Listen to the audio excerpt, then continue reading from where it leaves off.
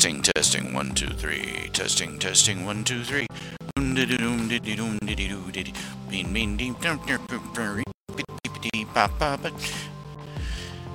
Okay, it's 9:28.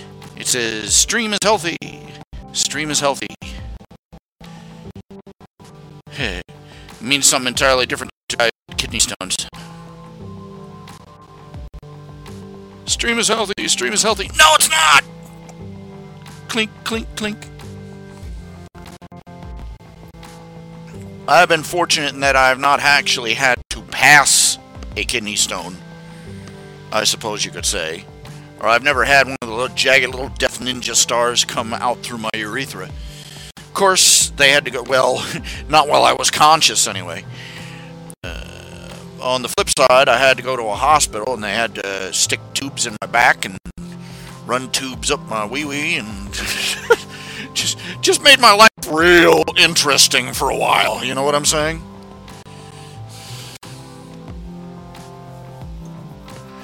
There, okay, if you can hear me, tell me how the sound quality is, tell me how the image quality is, you know, because stuff, I want to know.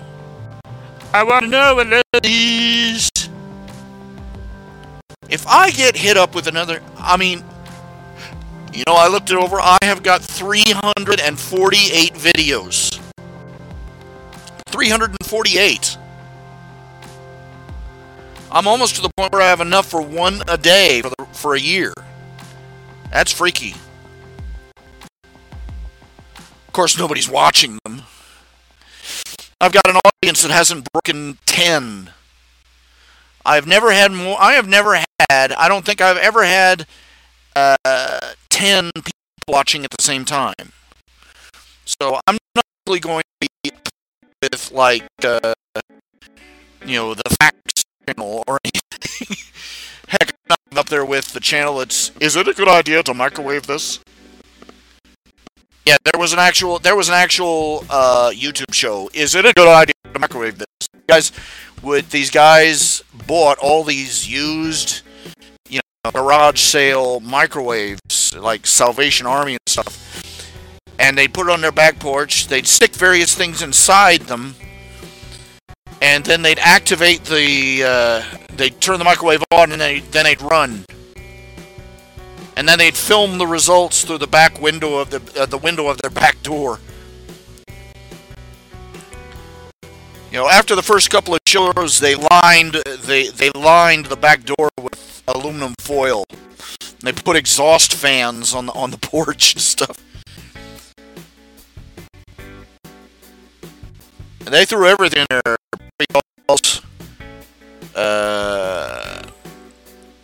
Canned, you know, things in cans,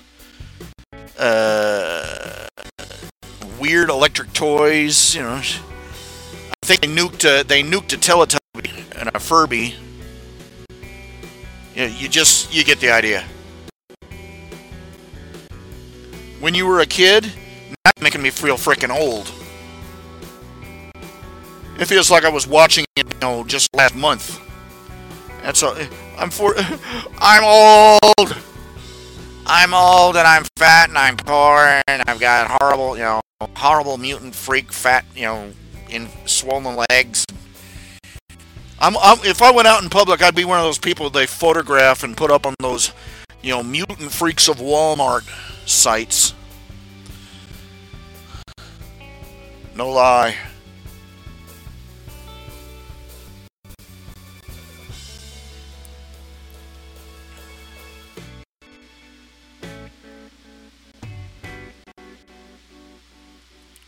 Old ladies have a distinct advantage over old men, because old ladies who get, they start, you know, everything starts falling. They can just get a big old moo-moo, you know, and cover themselves up all the way down to the floor. Me, you know, because I'm a guy, I'm expected to wear pants, even if my legs are as big around as beer barrels. And I can't even find sweatpants that'll fit over my legs. And I'm talking big and fat. They assume everybody's built like a snow cone, I guess. I don't know. How is the image images? How are the images? How are the sound? Oh, come on. It's still saying that the resolution is not optimal. You know, screw the advice this site is giving. It's not even showing. It shows the jagged line. It doesn't show the. It doesn't show the imaging. It doesn't. It shows a line going up now. But you don't see any little measuring things to tell how high and going. Oh, here we go.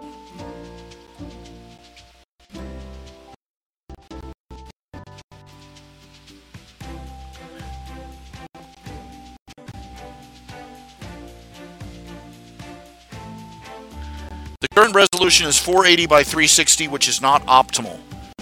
It's a 701 pixel stream.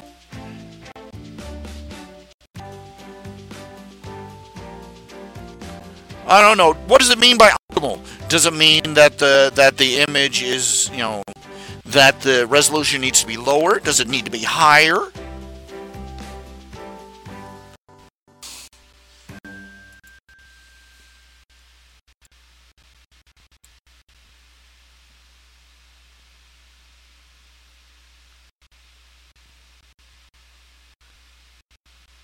Need to drop the resolution again.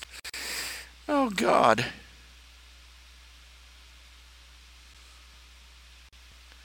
Now, which number do they mean? They give you a number. 360.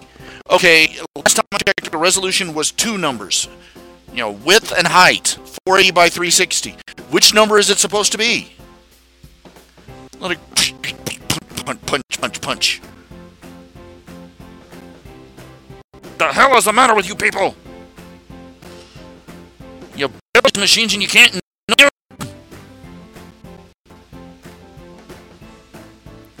I have no idea what I need to do to fix this. At least it's yellow. At least it isn't dipping into the red. I really don't know if these streams are really helping me be productive. Because I'm still picking away at things. I'm still trying to draw the next page of Tales of the Quest Store. I have lost all my juice. I just I used to crack stuff out. And now it takes me forever and a day just to convince myself to draw. Here, let me see.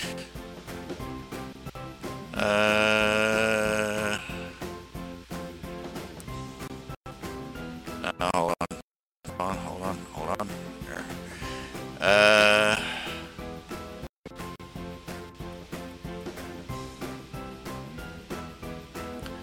You see that? You see that there? Let me zoom out.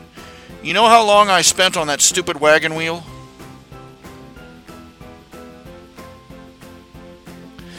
I think it comes down to the fact that I'm just terrible at drawing real. I can draw furry furry characters all day long. But when it gets down to it, and I have to draw lots of humans or lots of realistic-looking horses or anything like that,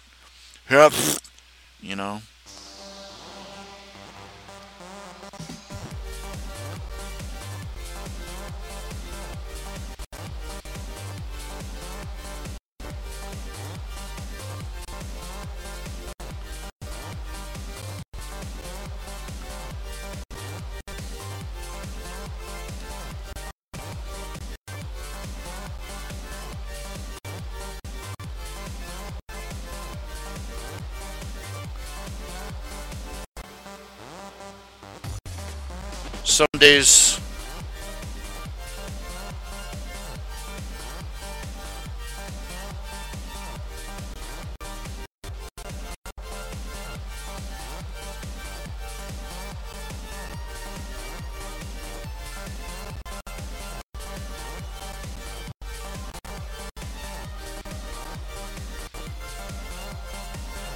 days I don't know. Sometimes I seriously wonder if I'm being punished by God. You don't say that out loud. What you do is say you're being chastised.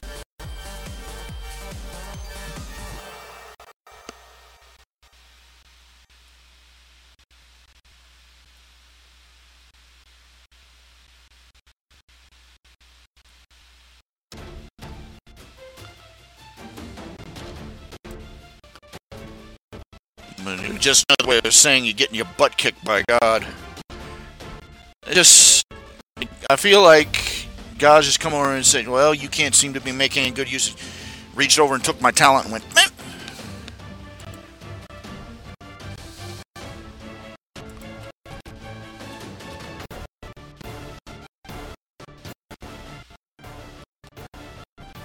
Look, I'm not saying that's how it is.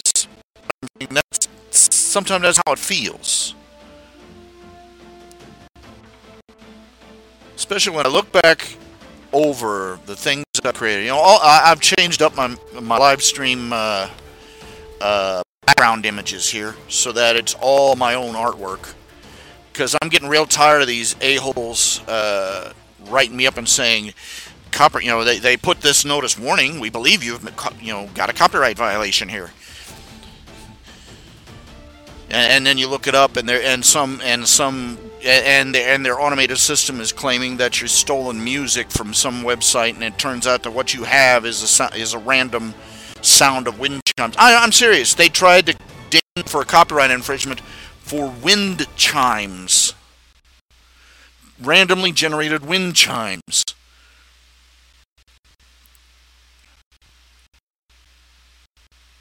Can you hear me? Can you hear me? Can you understand what I'm saying? Is my voice clear? I'm more worried about. I'll admit I'm a little bit more worried about voice than I am about image on this. I used to turn on my little webcam here so you could look at my face, and I'm like, I like frightened too many small children and had to stop doing that. So now I use slideshow images.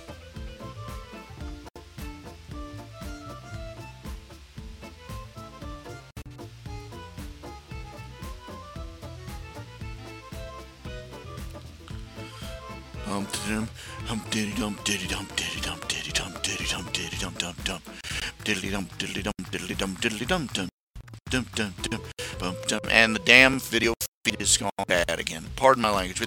It's frackin'!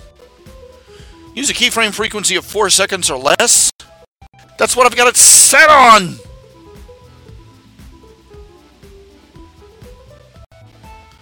Current keyframe frequency is fixed. Okay. Whenever I do this, I have moments where I want to just take hold of the internet. I've got cable internet. Okay, I've got a cable modem.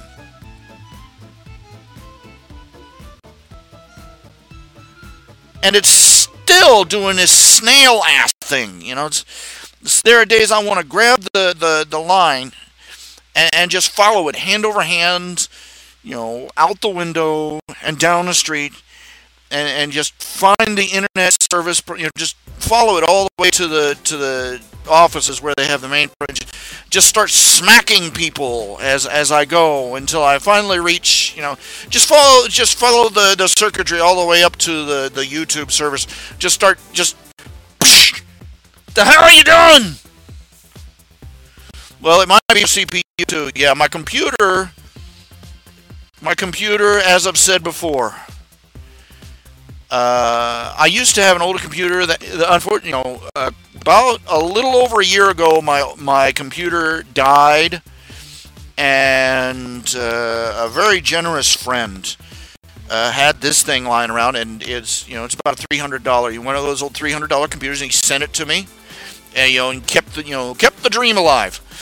The thing of it is, this thing is not only is the graphics hardware and everything, everything's it's old, it's outdated. It's so outdated. It's not only it's outdated. You can't update it. I can't upgrade it. I've tried. I actually I ordered a new video driver. I can't. The machine is so old you can't get video cards to upgrade it with. And it's left me suffering over a year of withdrawal from World of Warcraft, among other things. And it's I always had problems with live streaming, but you know, having a previous generation computer is it's not it's not wheezing dust, mummy dust or anything, but it's just not it's really not. Let's just say it's not really cutting edge. I've been sitting here. They got these ads for these new Razer Alien gamer computers. I've been sitting there coveting them every time the ad pops up on Facebook. And I'm looking at the prices, and the most generic one is about like $500, $600, and which is more than I make in a month. So,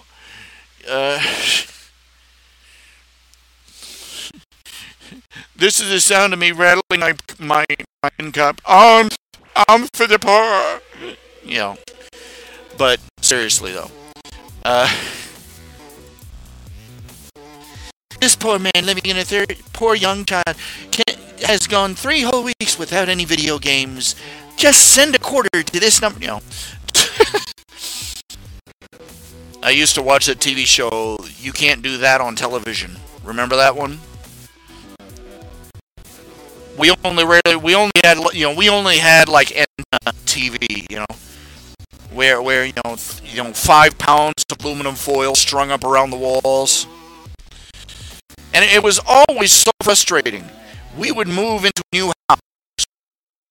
For whatever reason, we'd move into a new house, and our TV would pick up all sorts of TV channels. We'd get like 7, 8 channels. Some of them were like UHF channels, but we were still picking up multiple channels. I'm like, oh, wow, this is great. We must be in a really great spot. And then within a week or 2 weeks, the channels would fade out, and we'd be back down to 2.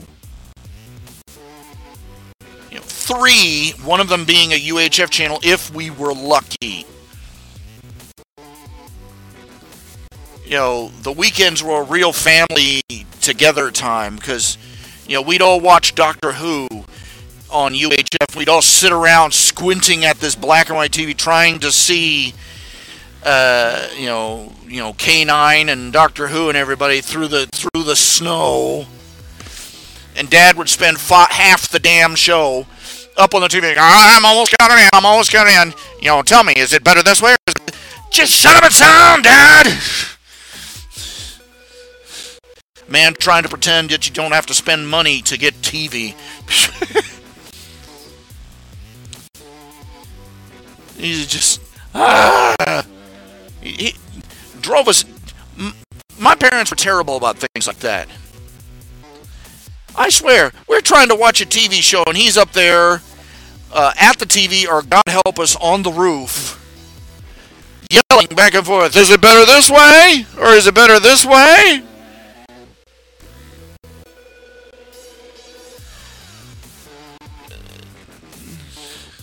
And we're going out of our mind as half the show plays through wavering, static.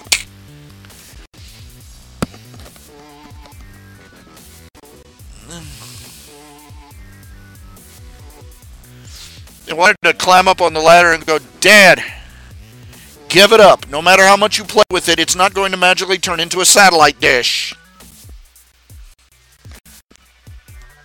Come down here and squint at the snow with the rest of us.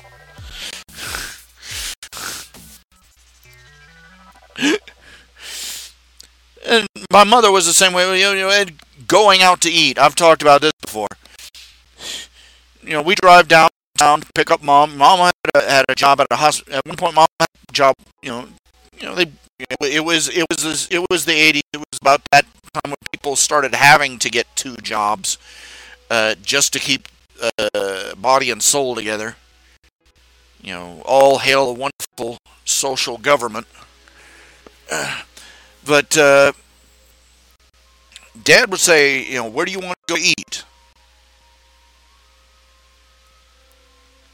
And without fail, she'd look out the window, wouldn't look at him, look out the window on her side, heave a big sigh, and go, I don't care.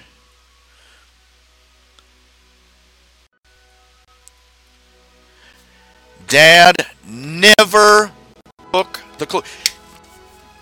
Relationship advice, guys. Family and relationship advice. Just general advice. I don't care if I'm not in a relationship. I don't care if I'm a bachelor. I don't care if I'm, a diehard bachelor. I don't do the dating scene. I don't do anything. But I'm not blind and I'm not stupid. Okay? So here's some advice for you. Here is some advice for every man that has to deal with a woman. If you ask her a question and she gives you an answer like, I'm fine, or I don't care, just be a son of a bitch and take her at her word. I'm serious.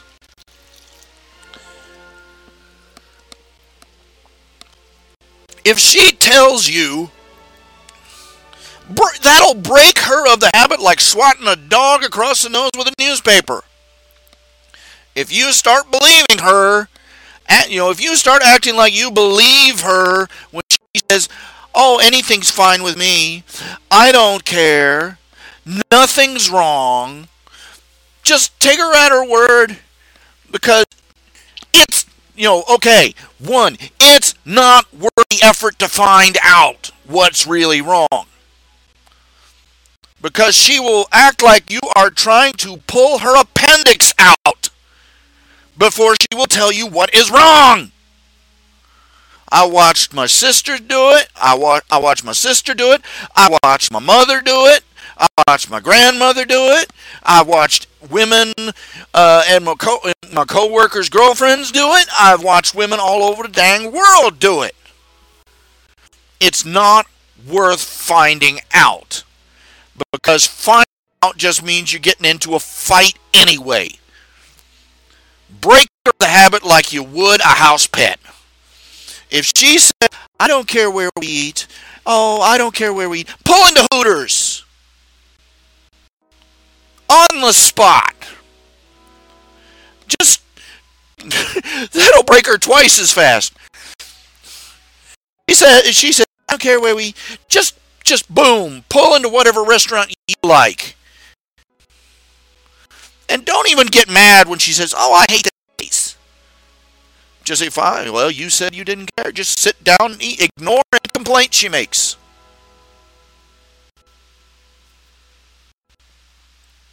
If you ask her what is wrong and she says, nothing, go and watch your game. Get your drink, get your popcorn, go watch, and ignore the hell out of her.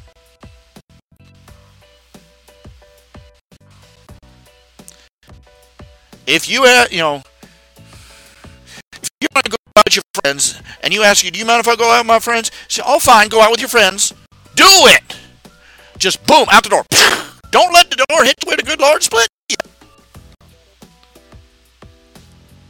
And when she throws a scream temper tantrum later, just ignore her. Keep doing that. She'll learn.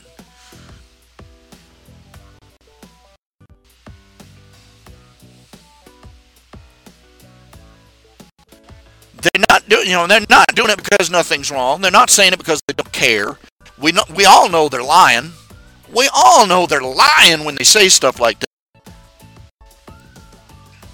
And they damn well know that what they're doing. They're beating you. They're trying to see if they can get a rise out of you. It's a test. It's a test.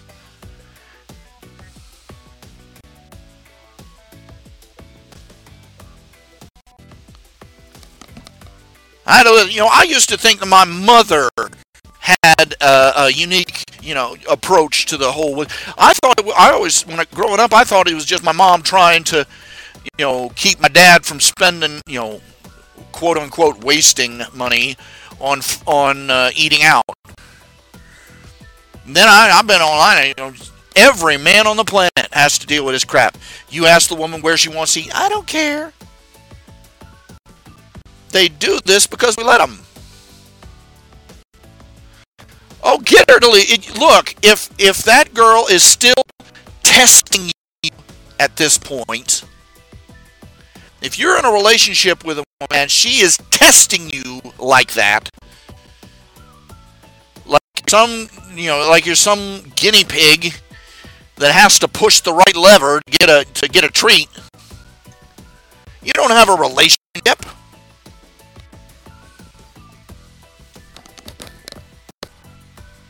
Either she'll stop doing it because you make it a pain in the butt for her, or she'll turn around. If she throws a tantrum and leaves, you didn't have a relationship in the first place.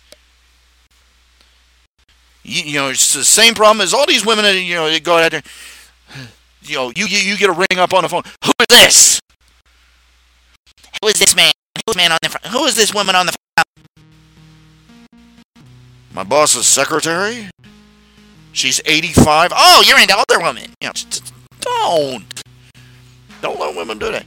You know, let's be honest. We have spent a long time in this. We have spent a long time in this culture praising women to the skies, praising the entire gender when they don't deserve it. You know, I am woman, hear me roar. The most wonderful and important job in the world is mother. The most difficult job in the world is motherhood. I bet the guy down there choking with black lung at the bottom of mine really appreciates that comparison.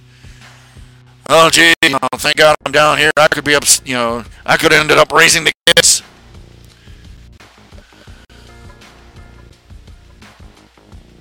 I'd much rather be down, you know, that's a hard job. I'm better off down walking up tar.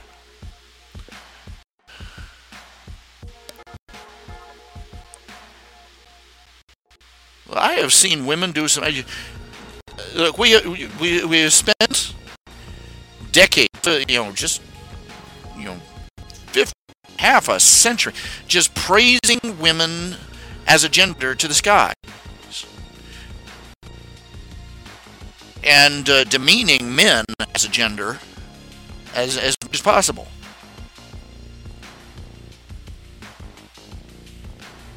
I am woman.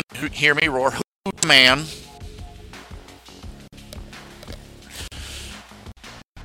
I don't need a man to raise my child.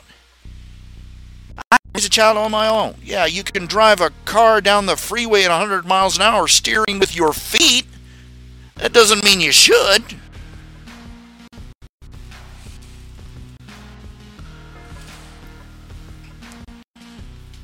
You know, girl power this, girl power that. And the whole role of the man is to stand there looking stupid and impotent while the woman accomplishes everything. At least if you watch, you know, that's what you come away with if you watched pretty much any movie or TV show for the past 30 years.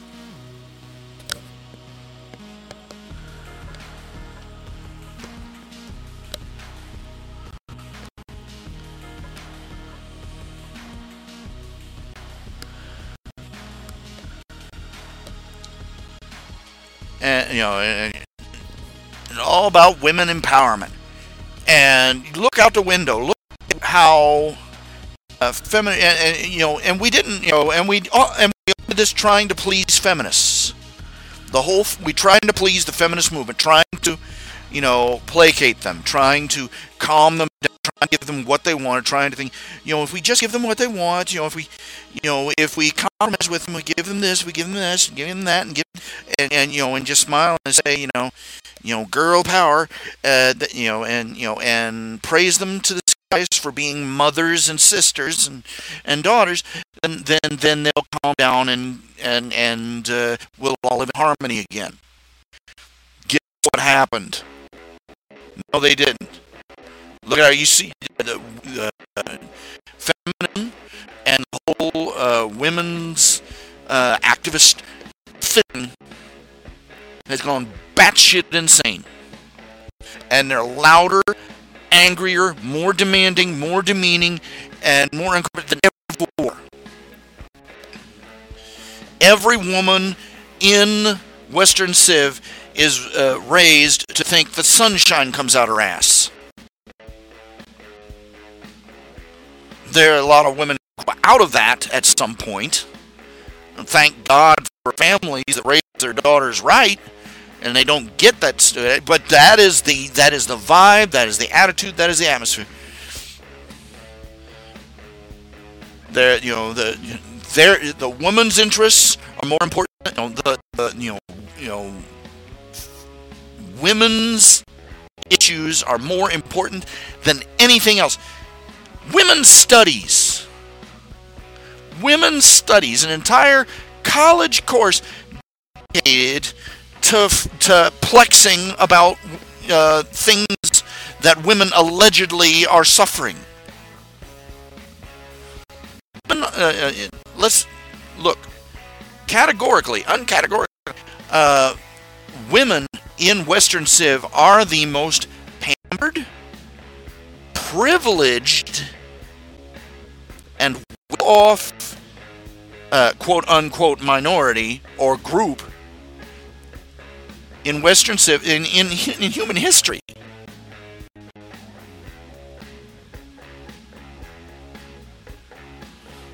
Meanwhile, women who are really suffering oppression and mistreatment don't even get the time of day from these activists.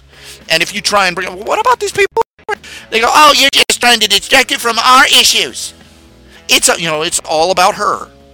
Everything is all about her.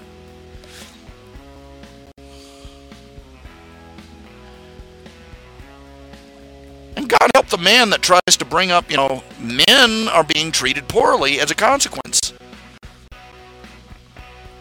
Men are being treated unfairly by the law, by society, by culture, by pop entertainment, and we're expected not only to take it, but give a grin and keep taking it. And God help you if you bring up the real life fact that men as a gender are getting kicked in the teeth. Go to these feminists. There aren't enough women there aren't enough women in the STEM fields. There aren't enough women in this. There aren't enough women. And the men are going, we're dying in wars. Oh, you're just distracting from the issue. Here's a little hint, ladies. If you want to get into the STEM field, drop the women's studies and take some engineering courses. Hello, thank you, bye-bye.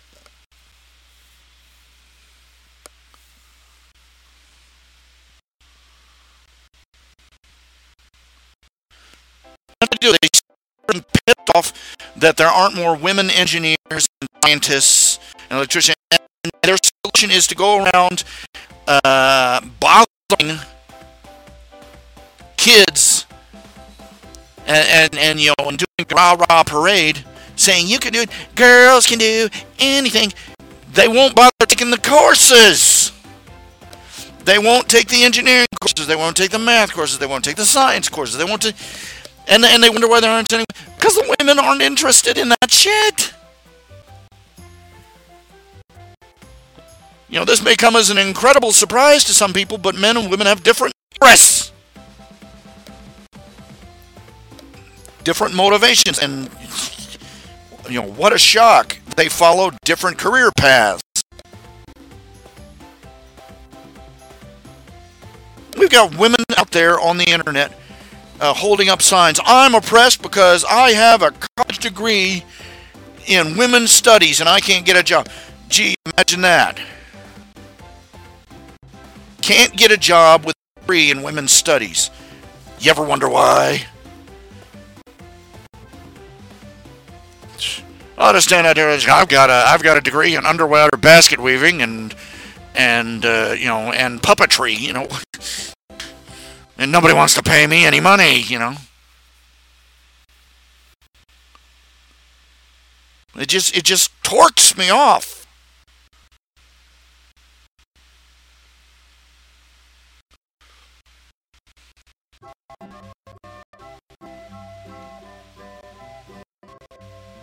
It just makes me furious. Let's be blunt. If I had kids, the U.S. government would be falling all over itself to throw money and financial aid and all sorts of help at me, even if I tried to hide from it.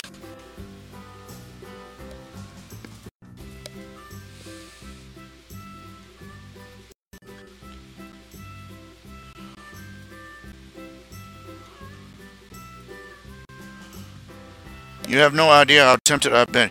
I got from, you know, at my current low income level, I get a little financial aid for, well, basically food stamps. And I just received a call from somebody, the monthly evaluation review. She calls me up and does an interview on the phone with me to determine whether I'm still, dirt poor and deserve to eat. And I still have to send them proof that I'm living in a trailer park and that I'm paying XYZ amount of money. What, did they think I won the lotto? Nobody was looking. You want to see my life story? Just drive past my house. Just look out your car window. You can see I'm screwed. I'm living in a trailer. I'm living in a 46-year-old trailer. Siding's falling off. There's tar drip that's dripped off this. Just the guy that's supposed to mow my lawn hasn't been out in weeks. And the grass, it looks like, and just leave it at that. I'm obviously not high on the hog here, and I have been so tempted when they make me up,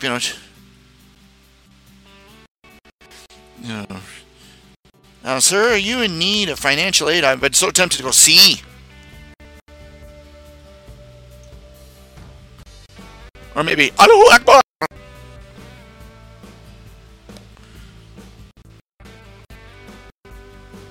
But next time I go, I'm offended that you assume my gender. They'd fall all over themselves throwing money at me.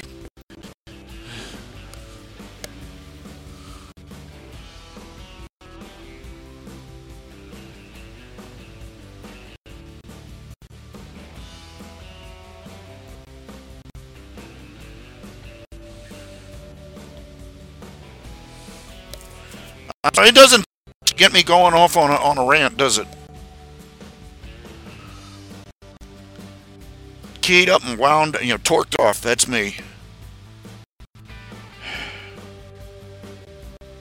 I'm frustrated about a lot of things. I'm worried. I'm scared. I'm frustrated with myself the most. Because I look around and I just see all the things just falling apart through my hands,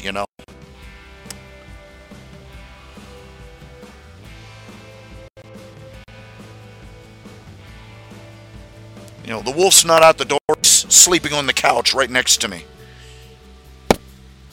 And standing over me while I'm whispering in my ear, "You're going to be on a park bench soon." Or better yet, you're going to have to move in with your parents. There's a nightmare I've had. It would probably kill my family if I had to do that. I'd probably kill myself if I had to, rather than do that. I'm serious. There are just some things that I cannot bear the thought of living with.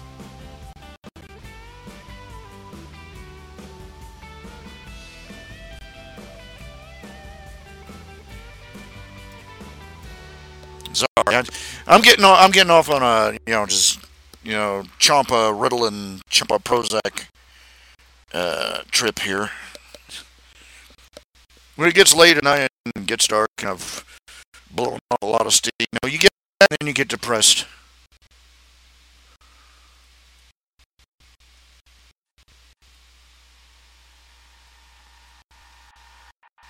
Anyway, all the way back to my original point. We have been, just talking about women as a gender. We have spent decades praising women as a gender to the skies when they don't deserve it, and ignoring the fact and attacking anyone who points out that women as a behavior have some really nasty streaks. Okay? And that the reason we put up with it is because we put up with it. We have to deal with this all the time because we go, oh well, la la la, and anybody that complains about the nastier attributes of women as a gender gets ridden out on a rail if he's lucky.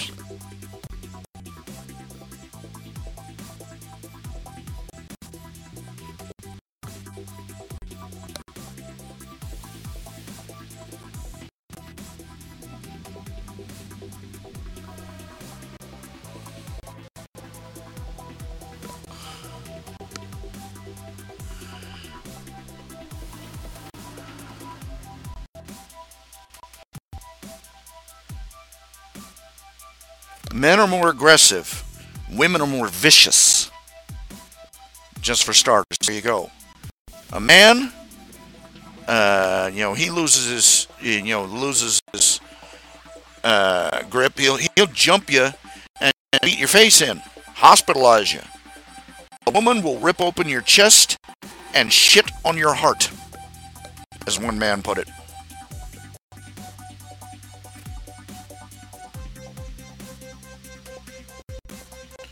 This is why bullying by women, by girls, and bullying by men is, just boys is so different.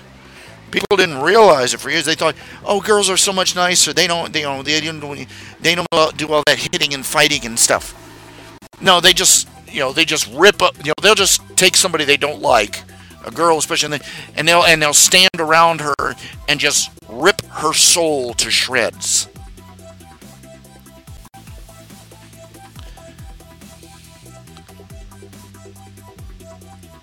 A man gets mad at you, he'll kick in your door and punch you in the face. A woman with a vendetta against you, she'll key your brand new car. She'll think it's just vicious. I had one guy. He broke up with. He told me his life story. Man. He broke up with his one girl. She was psycho. No, let's be fair. She was a normal woman. He broke up with her. She caught him with another girl. Neither of them were married, but still. And the things she did to him were unbelievable. She took the car that he had bought her. Keep this in mind. He bought this girl a car. She took that car and crashed it in his car.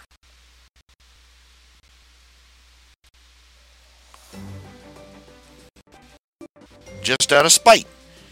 He used to, detailing cars, giving them new paint jobs, detailing and everything. She sneaked into his garage one day, found a car that was, halfway through painting. I forget what he sprinkled on it. She sprinkled on it salt, I think. Absolutely destroyed the paint job, made it blister over the car. Thousands and thousands of dollars worth of damage. He had in fear of his life because at one point she caught him while he was in the shower with his soap in his eyes and his shampoo covered hand in his hair, and he heard that curtain slide by, and she grabbed hold of Mr. Friendly with one hand, and he felt a knife right up underneath it. And she said in his ears, I don't know why I'm sparing you. He barely missed John Wayne Bobbitt to the newspapers. Women are psycho.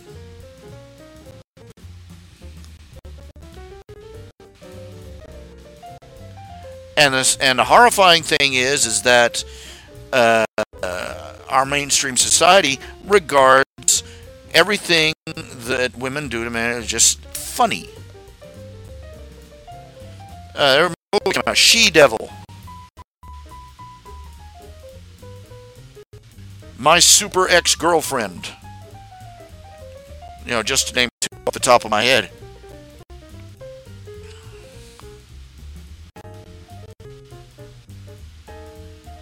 Both about women who decided, and they just went out and proceeded to take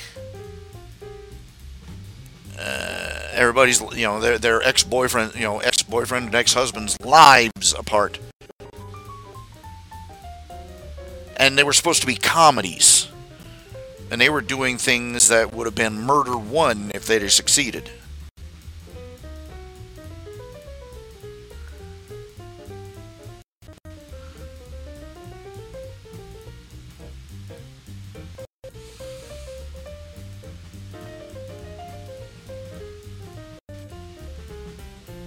Women can, think about that, women can mutilate men with a butcher knife. And the slags posing as hosts on shows like The View think it's a joke.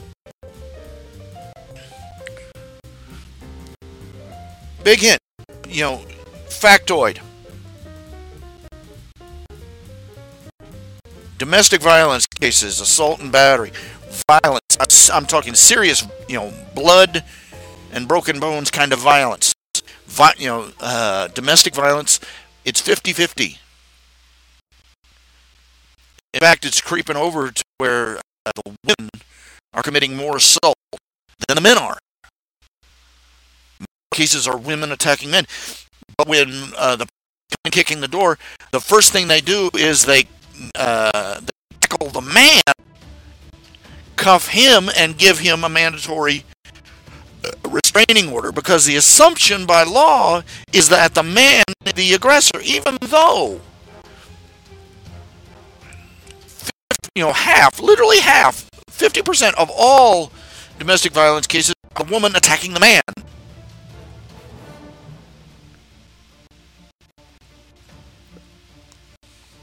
And considering what that one woman did with a meat cleaver, you dang well know that it's not just little bruises, punches, and black eyes and bloody noses either.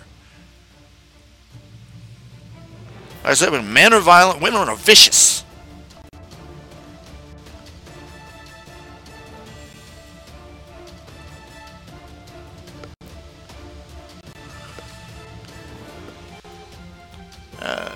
We talk about men being unfaithful, but we have TV shows and movies that praise women for being cheating sluts.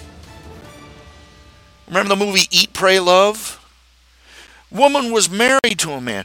The man was dull, but he was a faithful spouse. He'd never cheated on her, never mistreated her. He'd always been there for her. And she looked at him and said, well, I need to go find myself. And the whole movie was about her going on a hippie trip around the world, talking to gurus, and finding a handsome lead male to stoink, more like. Bridges of Madison County, about a woman who cheated on her husband with a traveling photographer. The Horse Whisperer, same story.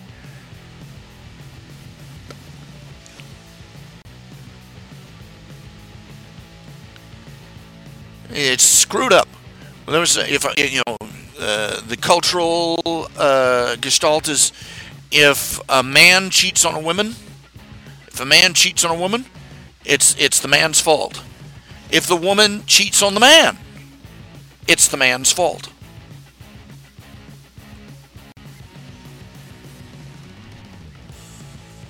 Man, when you got people like, the guys that made South Park, Ben Bishop, the majority of all divorces are filed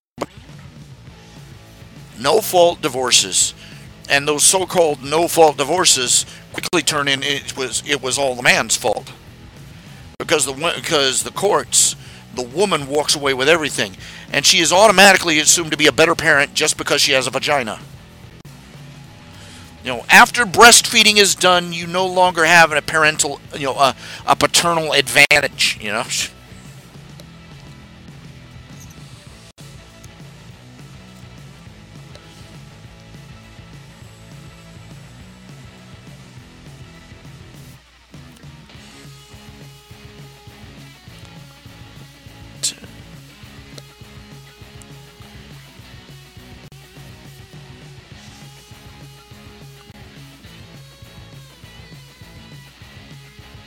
I've talked about this before, and this isn't just me talking about stuff I've read in the newspaper. This is me talking about stuff I've seen happen to people I know.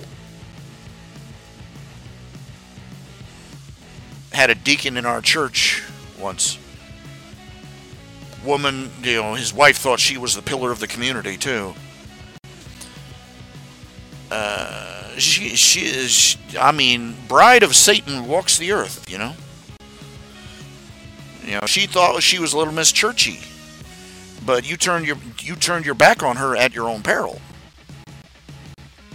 She nagged her husband constantly, made him spend money they couldn't afford on anything she wanted. And he had a heart condition. He'd been through multiple bypass operations, and my dad admitted, he said he'd watch her. She would deliberately provoke him, get him as angry as she could get him, trying to get him to have another heart attack. She was trying to kill him off to get the money. She brainwashed her daughter, turned her daughter against daughter's husband, and destroyed that marriage. She messed with her other kid's head, got her son to turn against their father. And in the meanwhile, she went down. She found herself a sugar daddy living just down the road from where she lived. And she ran off on her husband and moved in with him. Last laugh was on her. It turns out the guy was a skinflint. That was the reason he was so rich, is because he never spent anything. She figured she was going to lose her husband, get a rich sugar daddy. Surprise! She took everything. He had nothing left. He was just old and just tired and worn out, and he just couldn't fight her anymore. He ended up moving into a house that he had to repair with his own two hands just to make it livable.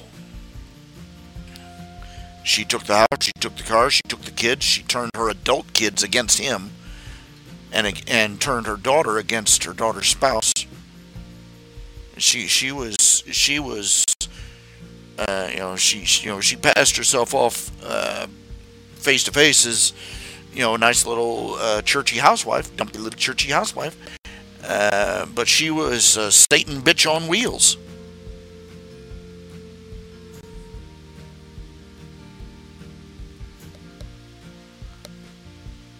That poor old man died a few years back, and I just sad to know it.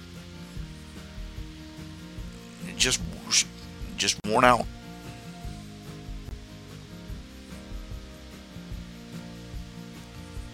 And nobody in our society was on her side. The law was on her side. The court was on her side. The law should have had more to say about it.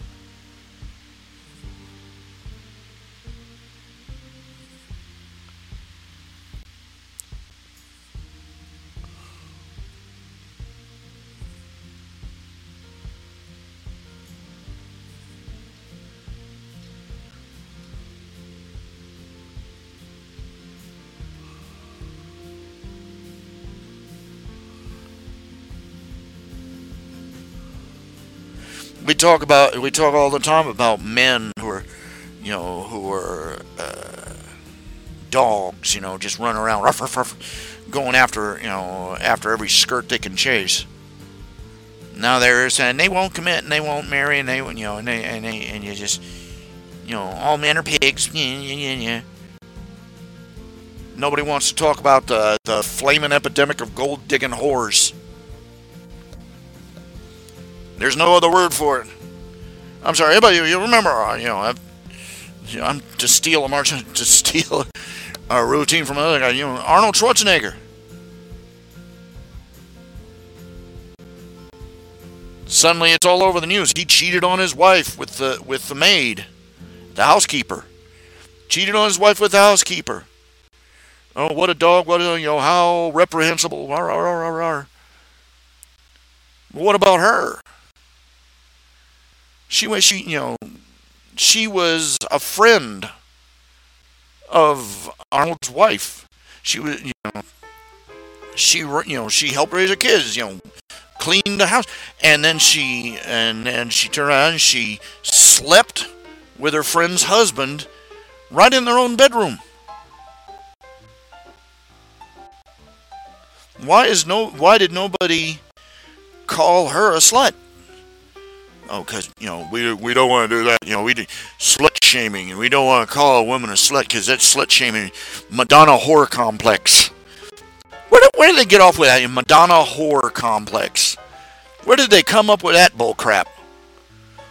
You either see women as either a saint or they're a slut.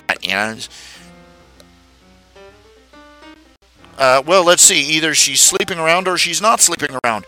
It's sort of an either-or option there.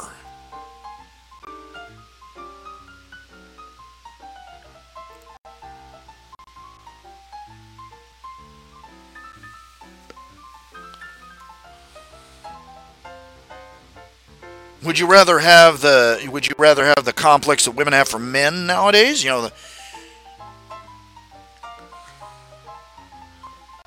The heads you win, tails you lose complex?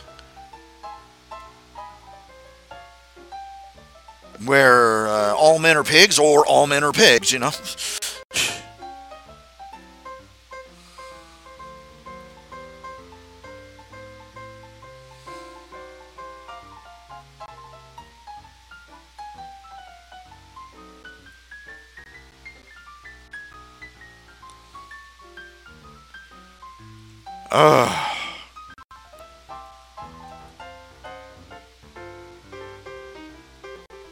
I never got into the dating scene. I never really dated.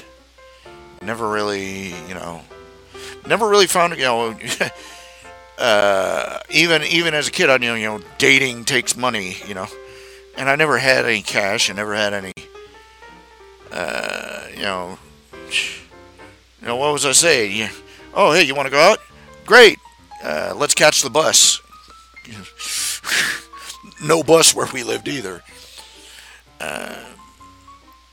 Every time I found a girl that was vaguely interesting, surprise, she was already dating, or already, I've met a lot of women that I've taken interest in. Within 5 minutes, I find out, too young, too old, dating already, married already, or guess what? They look good from a distance, but you got up close and found out what they're like. Maybe not.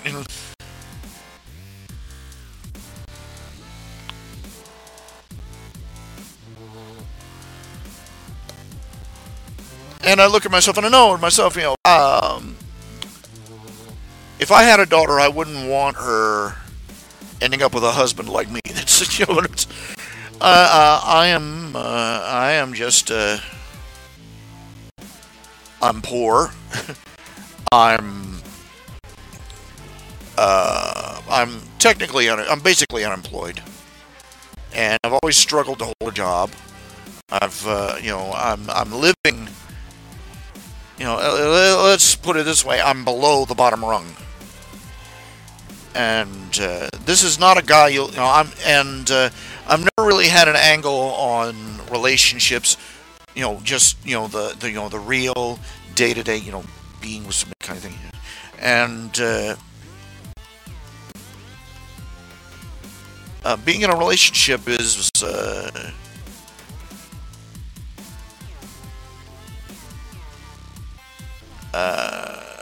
being in a relationship, dating, getting married. My goodness, that's a level of interpersonal responsibility, for lack of a better term, that I just don't feel I am qualified for, that I am mature enough for.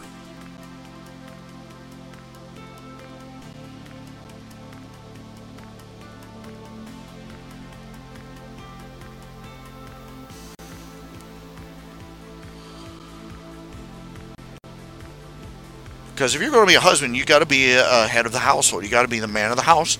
You got to be the provider. You got to be the protector. You got to be the all this feminist bullshit that they talk about doesn't change human nature.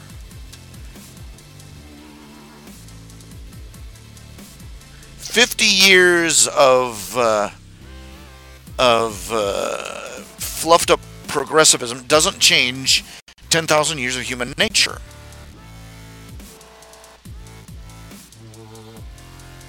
and women are attracted to, desire, and want a man, and should choose a man who can be strong for them.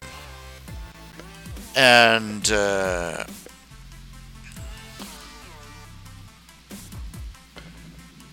for men, just being in a relationship is part of it is being responsible for another human being. And oh my God, being a husband, God preserve us all. Me as a husband, me as a father. I can't keep houseplants alive. And I've considered getting a pet, and I've thought, no, not quite, just not quite up to the responsibility at the moment. Wouldn't mind the company, but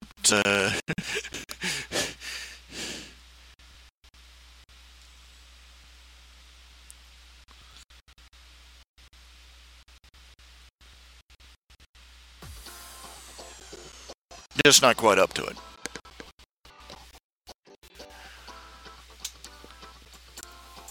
When it gets me to people like me who make that decision, I'm better off being single, and quite frankly, I really don't think that I am.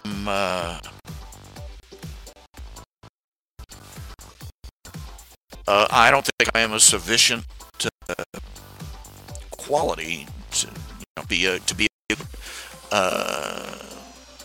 good boyfriend or a good husband. So. Plus, I don't have the money or the energy, and at my age and my physical condition, that's a moot point.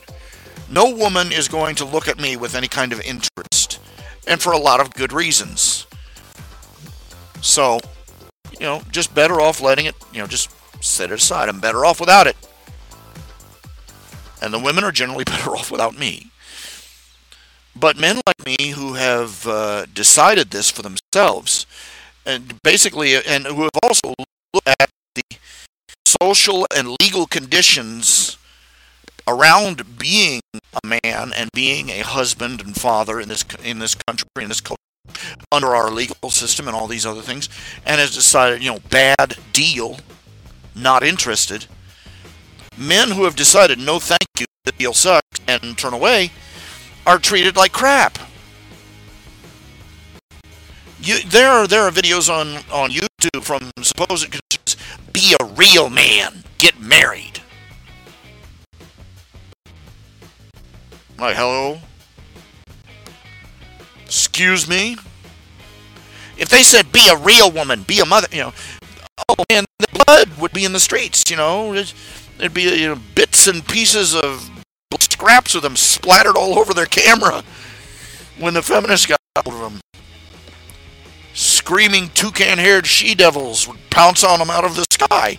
But you take a man who has decided to remain a bachelor, decided to remain single, and for that matter, not mess around with the whole dating and marriage scene, and it's like your testicles haven't dropped yet, have they?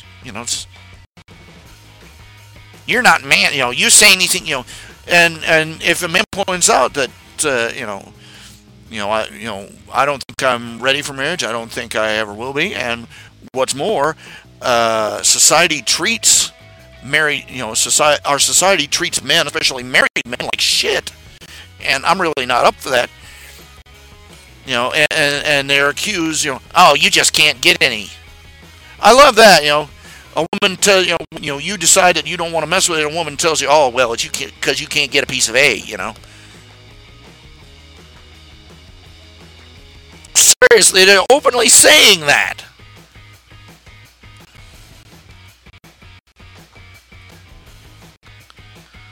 I love when, oh, you can't get this. I love the feminists that come out there.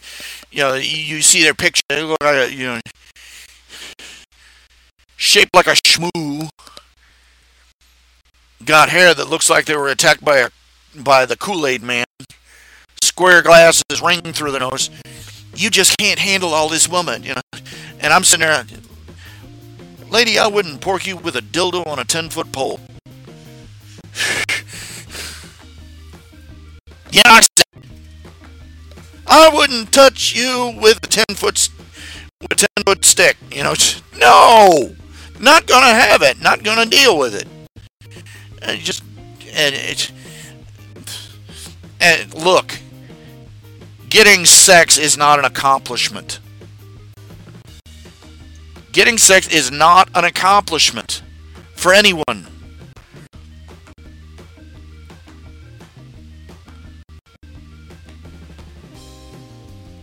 You know what they're, they're congratulating. Ooh, you a real man. You got her into bed. Oh, congratulations. Basically you got her to prostitute herself for free. Getting sex for free. Oh, wow, real impressive. And in fact, you didn't. You spent a fortune on that car. You spent a fortune on those clothes. You spent a fortune on that hair. You spent a fortune on dinner, on a lobster dinner and a movie, and chasing her around for a week, and then she put out for you. Oh, congratulations. You spent enough for a small third world country. Now you got some. Oh, a real man. You're a real stupid man. Girls, it's just, no, don't, oh, he was so nice to me. He took me to the movies. He took me to dinner. I really should, put out a little bit. What are you, a hooker? You're not a hooker. If he offered you a $50 bill, you'd slap him. But you're gonna put out for a steak dinner?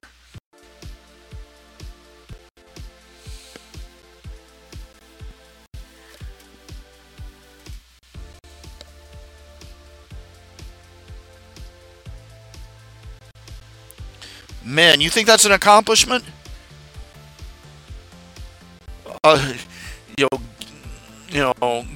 Getting extramarital sex. All that means is that whoever you banged has sufficiently lowered their standards.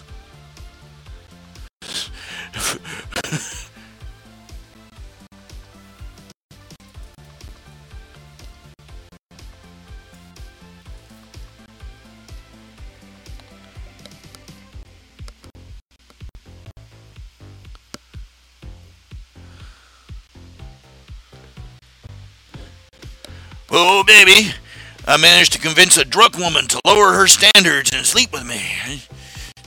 Oh, yeah, I'm real impressed there, Casanova. Everybody, they talk about Casanova like he was... Casanova was a cautionary tale.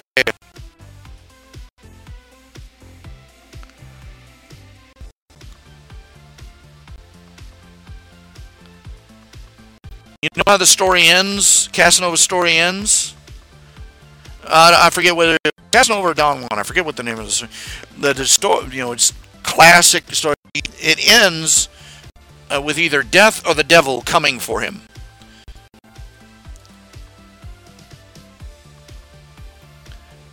Saying, I will spare you if you can remember the name of just one of these women. And a parade of women comes by, and he can't remember one of them. They were all the women he's ever been with, he's ever romanced or slept with. I remember, he's guessing like mad, and he can't. And the last one comes through, and it's a young one. He says, she's far too young for me to have dated her. He says, this one's your daughter. And he just hangs his head in shame. Walks off to his eternal fate.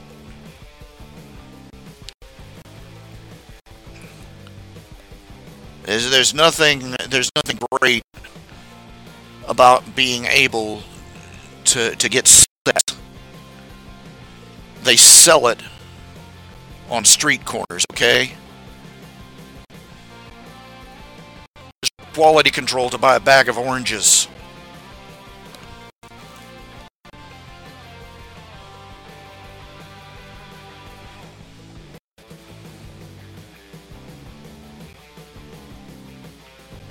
The quest for sex on both sides is, women have it easier. Let's be honest. I mean, we've seen Honey Boo Boo, okay? We've seen Honey Boo Boo's mom. You realize Honey Boo Boo's mom is on her third husband?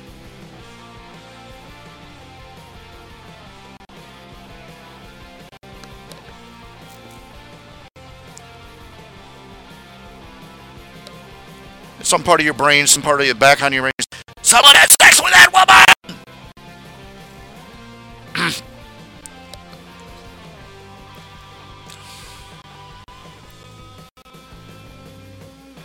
No, factoid. Married people not only have more sex than swinging singles, they also report a higher level of satisfaction with their sex lives. And we're talking nuts and bolts here. The women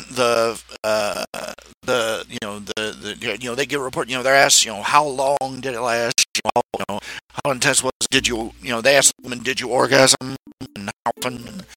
All the nitty gritty bodily fluid details. And surprise, married women, they say the sex is better. It's more frequent. Yeah, and by the numbers, the married women and the married men reported the sex was better. It was more frequent. It was the married women had better and more frequent orgasms. If you want to get down to that's what it's all about. What it's talking about. What a surprise,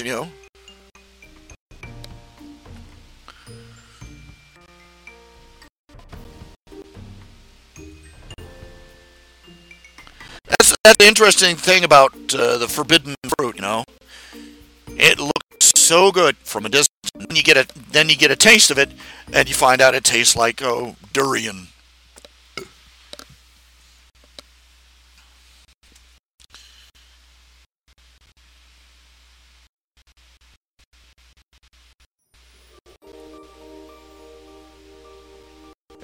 In case you're wondering, durian fruit, just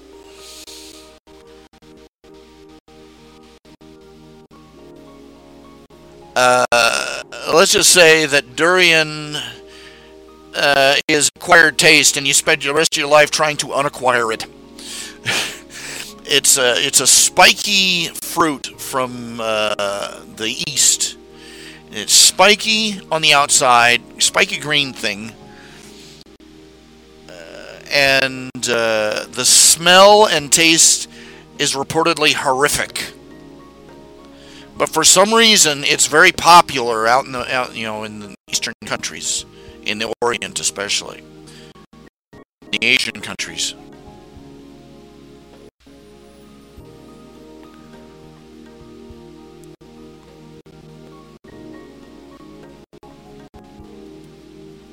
But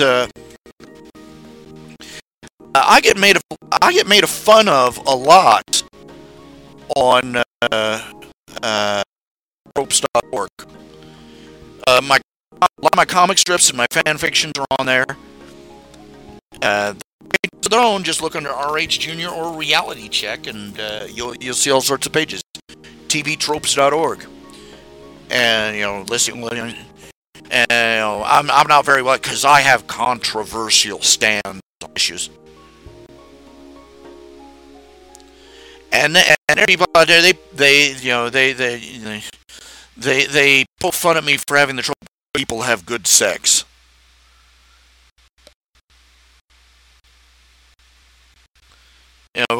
I have frequently portrayed married couples in my comic strips and in my stories as having satisfying sex lives with their mates. I have just one strip or two out of a run of thousands, and they fix it. But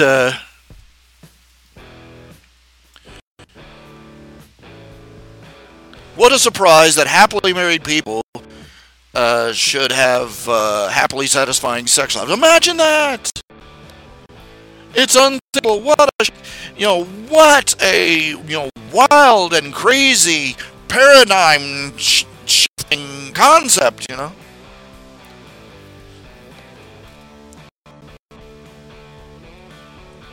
And back when I could still edit the pages, I've done Truth in Television and pointed out what I just said. They did surveys, they did studies. Surprise, it's true. People who are out there trying to find, who are trying to find Mr. Saturday Night or Miss Right Now are not having satisfying sex lives. They're having stress-filled ones with wildly inconsistent results.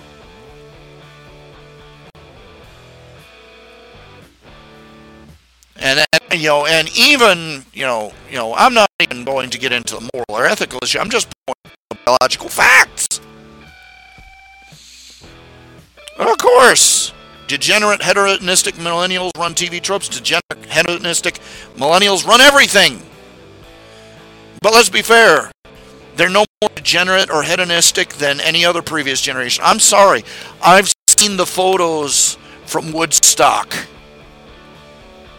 I've read the news reports of things that went on in the 60s, and the 50s, and the 40s, and the 20s, and the 1890s.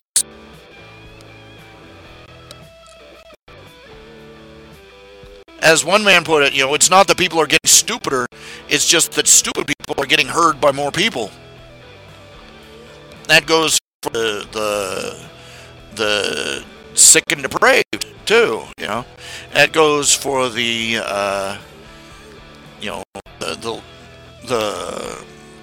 hedonistic and the degenerate. I get tired of people talking about millennials like there's some sort of news. I'm sorry. I remember back in the 90s they were talking about, this is the selfishest generation ever come. Back in the 80s, these 80s kids are all me, me, me. And they were doing the same thing in the 70s. Degenerate and selfish. And they were doing the 60s and the 50s. I'm sorry, the kids today are no more, horrible than the ones 10, 20, 30, 40, or 50 years ago.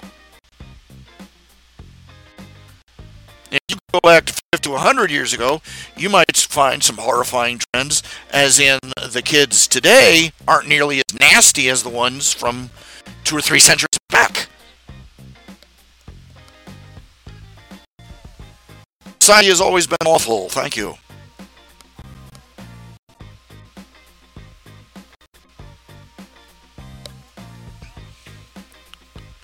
Everybody's degenerate and hedonistic. We just don't like to talk about it in public. Or at least some of us have enough sense not to. That's what, this generation, this up and coming generation is no more, lost than any other generation. They're not any more sinful and depraved than any other. They just don't have a delete button for the internet.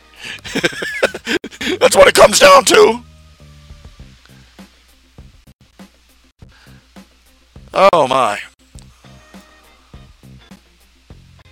There are some terrible trends that are going on. Things are getting worse. There are social problems that are getting worse by the year and by the day. But over the long haul, I'm talking over centuries. This is a fairly benign age. At least in a good portion of the Western world.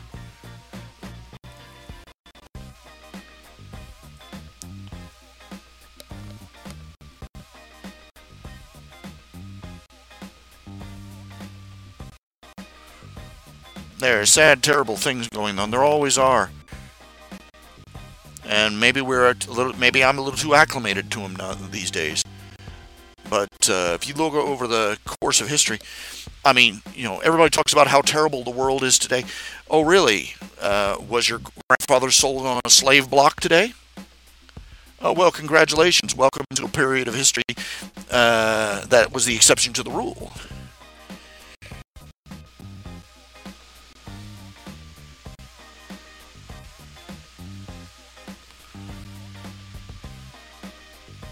Did the Visigoths ride over the neighboring hill and slaughter your village?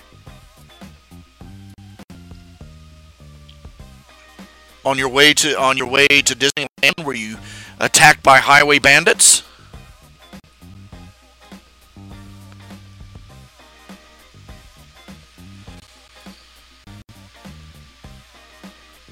Were your parents shanghaied by the British Navy?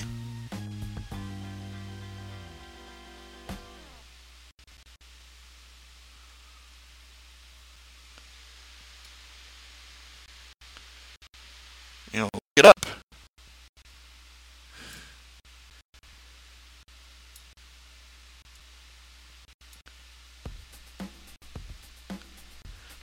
When people talk about how horrible the world is today, they're making the same mistake that these environmentalists who talk about global warming are. They see it getting warmer, and they look at the short term, and they don't look at the cycles of years or decades or centuries. They go, oh, the weather's been getting warmer for the past 10 years. Ah, climate change.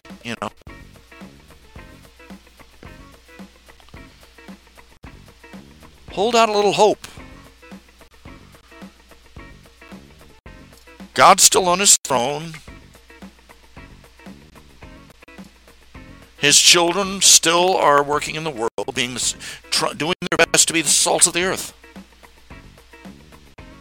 With varying success, but we're only human. And tragedies, sins, and horrors that were commonplace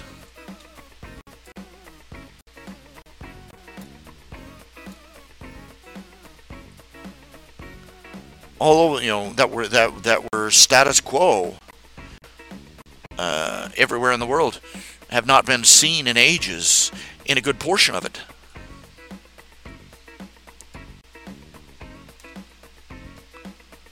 We're living, longer, healthier lives. We have a higher standard of living than most of the human race. I mean, even kings used to have to eat rotted meat because, hey, no refrigeration, no storage.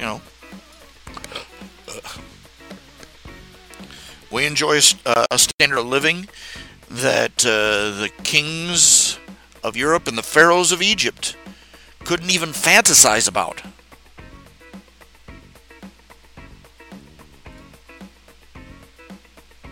We enjoy a standard of security of life, and we have become so accustomed to there being things like justice and law and order.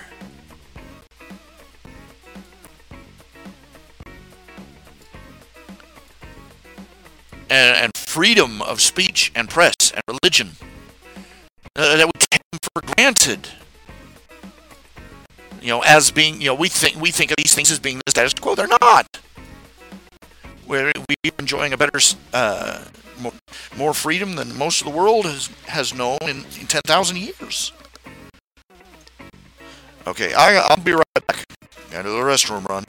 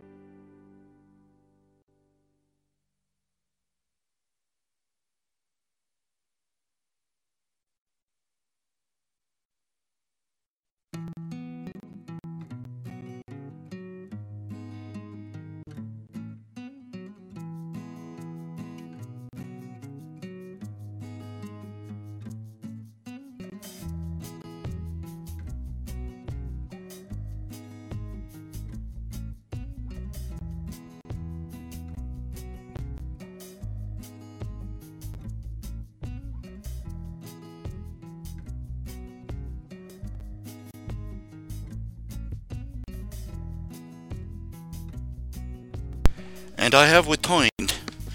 Thank you for waiting. You're saying, raw sour. Oh yeah, he's a guy on my Facebook. Real Kool-Aid drinker from the left. I've posted information about some of the crimes that, for instance, his usual response to any proof that Clinton or Obama or any of the left have committed crimes. It's like, no, they didn't. That's not true. Isn't true. No, it didn't. No, it didn't. He's like a 5-year-old. No, it didn't. No, it didn't. Yeah. Got my ears plugged. You didn't tell me. I've just taken to deleting anything he posts. I'm just tired of it. I'm not going to argue with it. I'm not going to argue with a complete cool drink. Anyway, getting back here. Just a second. Okay, asking about TV tropes trying to marginalize me. No, I don't really think they're marginalizing. They don't like my politicizing, and they don't really agree with my political, social, or moral, or religious stances.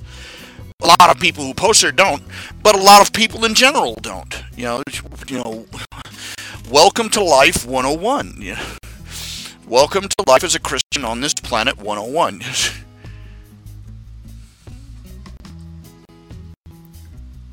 Yeah, he's probably somebody from the past. I think, come to think of it, his icon, Ross Sauer's icon, does look familiar. I'm thinking it's,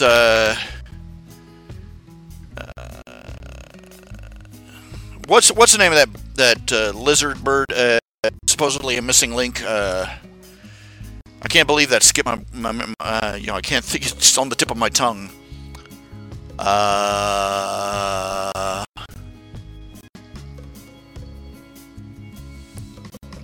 Archaeopteryx, Archie something. That was a guy from ages ago. That was another Kool-Aid drinker. Maybe this guy, I don't care. But like I was saying, TV tropes, trying to marginalize me. No, I did get bent out of shape because they don't let me edit anymore. But to be fair, they don't let anybody. Anyway, they've stated a recent one. They don't want authors editing their own TV tropes page. Because that just basically turns their entire site into a self-promotion marathon.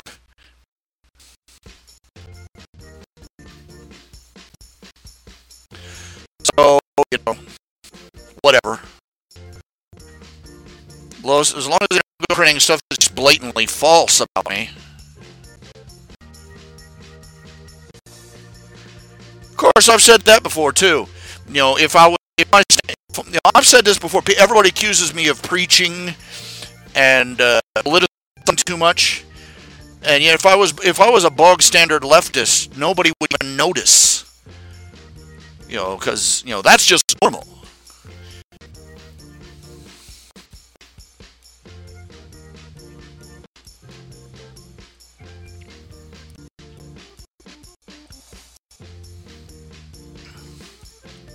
But nowadays, even the leftists are going too far left for leftists. Okay, this is just some bull crap here. Anyway.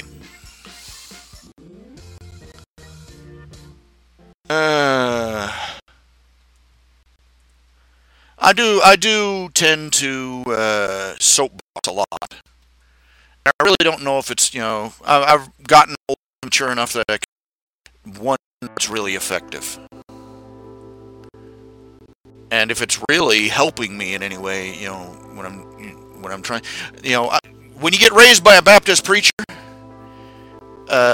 sermons sort of become the background track to your life. So, I don't know.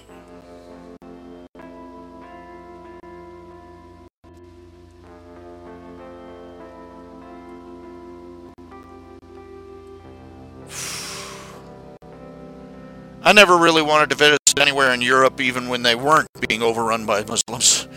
Interesting. I never, Sweden. That doesn't come to my mind as the first place I wanted to visit anyway. Now, I always want, I kind of wanted to visit Scotland to see Loch Ness. But basically, unless you're one of those rare people that has one of those freaky encounters, it's just a big flat lake. Boring. I've seen webcams of it. We're not talking excitement central. I always wanted to visit, like a European castle or two, that kind of thing. But I would like to have visited Australia. But I don't know what I would have gone and seen. Ooh, it's like you travel halfway around the world to look at a kangaroo, which you could have seen back in the zoo at home. Oh, look, a kangaroo! In its natural habitat. It's standing in my backyard, mate. What can you say? Travel becomes a lot less attractive when you're a lot less physically healthy. When you're less physically fit. When you're 18 years old and you're in the prime of your life and you're great idea. Yeah, supposedly Sweden has a higher happiness level. How do they measure that?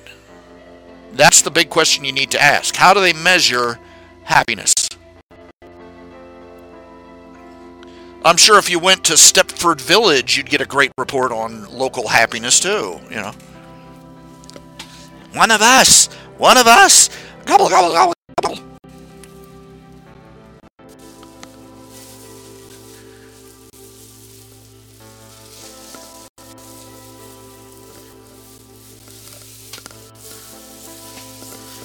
You do an interview in North Korea. How happy are you? Oh yes, please don't kill me. I'm sorry. These supposed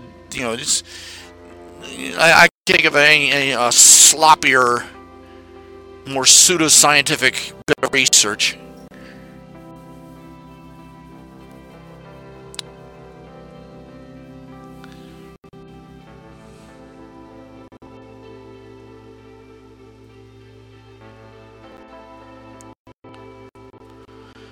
Oh my.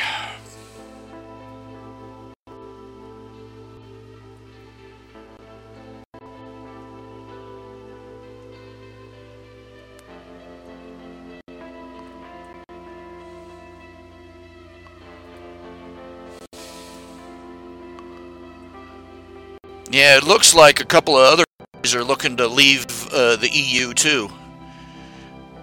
Oh, remember when they were saying, "Oh, if Great Britain leaves the EU, their economy is going to blah blah blah. Great Britain's economy is going to suffer." Guess what? Latest reports, they're doing better. Great Britain is doing much better. The EU dragging on its butt. I'm sorry. Hello, American over here. Original Brexit.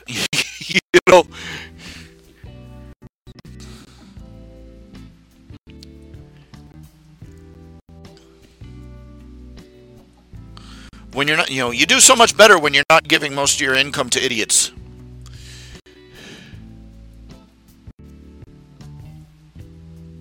And anybody who thinks they can spend your money better than you can is an idiot.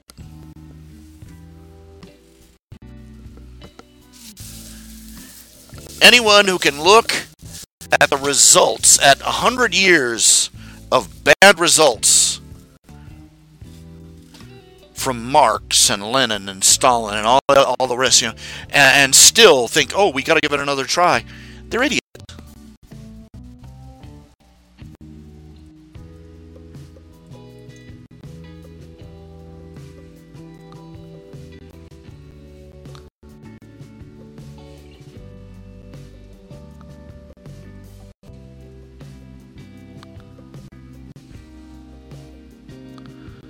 Yeah. That whole attitude, the whole gang rapper attitude. They got traction. It's just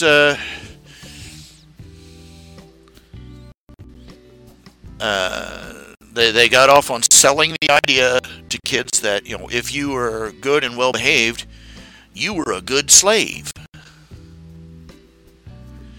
You just think that because that's being a good slave.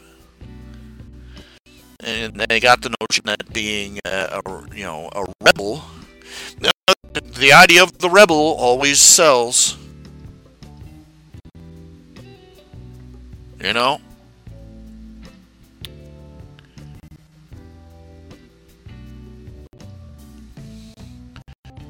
get what they're being a rebel for, if anything.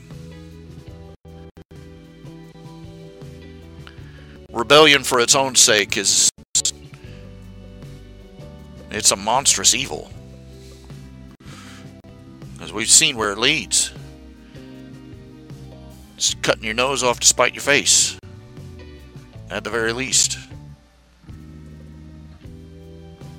And it's pretty stupid as a cultural stick too. Real stupid. I used to love this band. You never heard them until they went mainstream. Now they're no good. Even though they play the exact same music. Hipsters.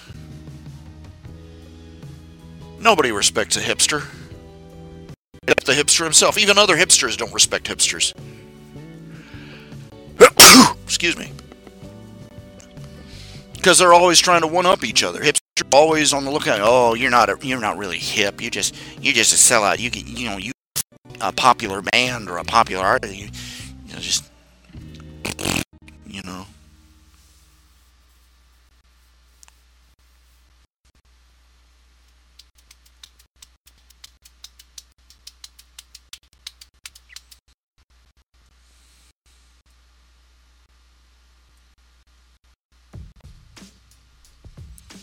That's an old gripe, Ben. That's an old gripe. Heck, Bill Cosby made it publicly. That's why they turned on him. I find it interesting. Bill Cosby comes up there and stands up there in front of the American community and says, your problem isn't that you're oppressed by white people. It's that you're acting like a bunch of thugs. And within a short time, suddenly, women from literally 40 years ago show up out of nowhere, accusing him of, of sexual harassment and rape. And I'm like, I'm sorry, even a 5-year-old sitting there watching this going, right. I'll tell you what happened. I'll tell you what happened in those circumstances exactly. What happened was, they admit it. They thought that Bill Cosby would give them a boost to their acting career. I'll tell you what it is. They're gold diggers. They were gold diggers. They came out there and they thought, they went upstairs with Mr. Celebrity, figured they'd bang him, get a free from one of his movies. They they got stoned, they got banged, and they got dumped. And that's why they've had it, and up until now, they had enough shame. They were rightfully ashamed of themselves that they kept their stupid behavior to themselves. That's what I came away with, and they're coming, and everybody comes, oh, he got this one woman who's, he's admitted to it, and I'm like, Did he admit to it, or did he say no contest? Did he admit to it, or did he say, did he plead no contest? Because there's a lot of innocent people who have been accused of reprehensible things. They pled no contest. It turned out they were innocent, but they pled no contest because they could not possibly handle the look at it and realize that fighting this in court would cost them millions and would take years and it would never go away. And so, despite being completely innocent, They pled no contest. So, but I'm not really following the whole Bill Cosby thing. Successfully ruined his name as quickly as they did Michael Jackson. Oh, update on Michael Jackson's accusations against Michael Jackson. Surprise, surprise. The first kid that accused him. He's now an adult. He came out to the media and admitted that it was all a setup. It was a blackmail. It was a job, and his father, as suspected, orchestrated the whole thing. Surprise, surprise. Too bad Jackson was dead already and could never appreciate his name being exonerated.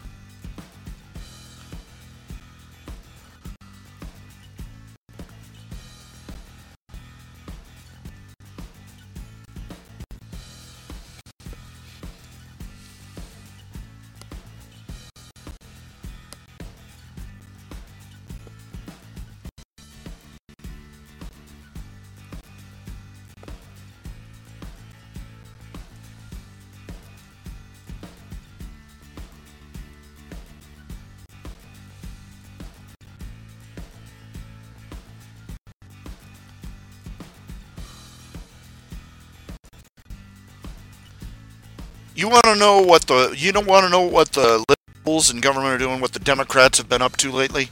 It's really easy. You know how to tell what the Democrats have been up to lately? Crimes they've been committing, what atrocities they've been doing? They're accusing Trump and the Republicans of having done. Find out what they're accusing the Republicans of having done. Guarantee the Democrats have been doing it themselves. No, and not only they're doing it, they're number one at it with a bullet. They're out there accusing President Trump of, quote, collaborating with the Russians. And accusing him of cheating. I'm sorry, Hillary and Bill both in their campaigns, and all in both the Clinton's campaigns and in Hillary's own campaigns, first for Congress and then for president, they accepted foreign money for their. They accepted money. They were collaborating with Russia.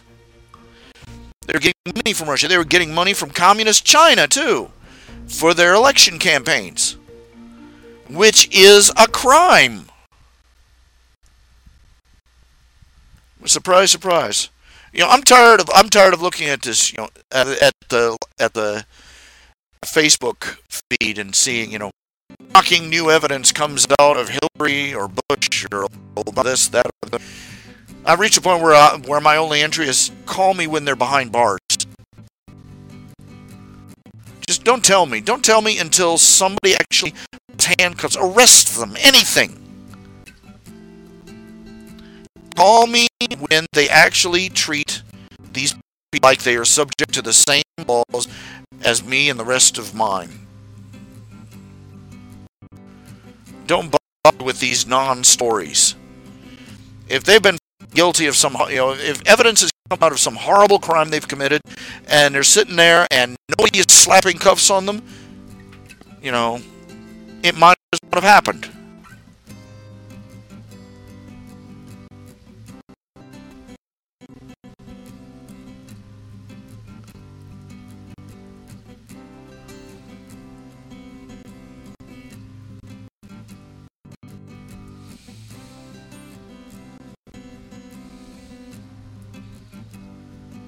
White privilege. Love that one. White privilege. Isn't it marvelous that all they have to do is tell us we're privileged and suddenly all our evidence and facts doesn't matter? The fact that I'm living in a busted down trailer in the middle of nowhere is, that doesn't mean anything. Oh, you're privileged. I'm getting called privileged by people who are driving past me with rims on their car that cost more than my house.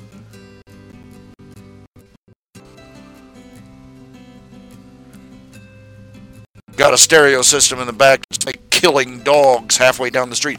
Oof, oof, oof, oof, oof, oof. He's got more gold around his neck than was found in Fort Knox. You privileged white boy. Kiss my flabby, double-wide cracker butt.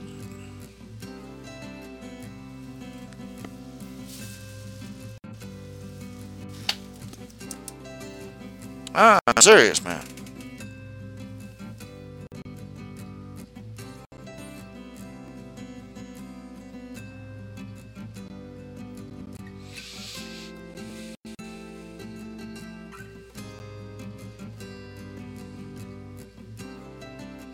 I haven't been to church literally in years now.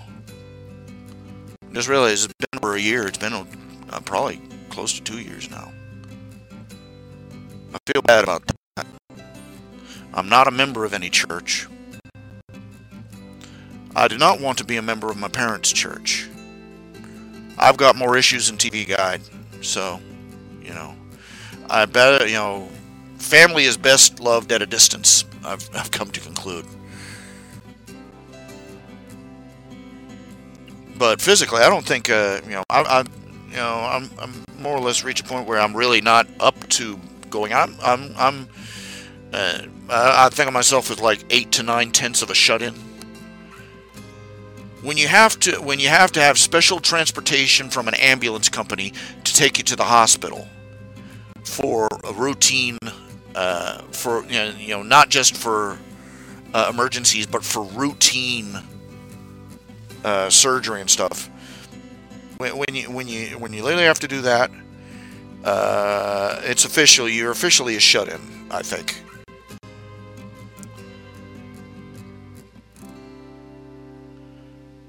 I should find a local church. Imagine I should just listen to their sermons on, their weekly sermons on tape, or watch them on, watch live streams on YouTube or something.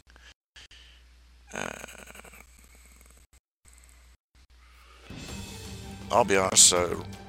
I think that I'll be honest. The reason I really don't want to get deeply involved with the church is because I feel like a fake. I feel like a hypocrite, and I really don't want people getting close enough to dig into my life and find out all my dirty little failings and sins and just how shameful I've gotten at times, and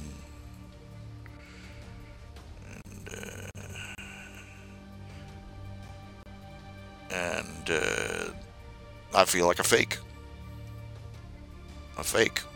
because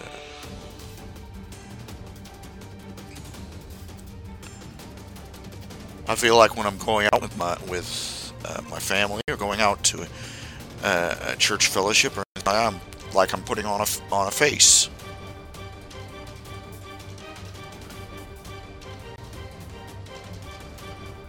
Though to be fair, I feel more like that whenever our family got together, because I don't want my family, I really don't want my family to find out,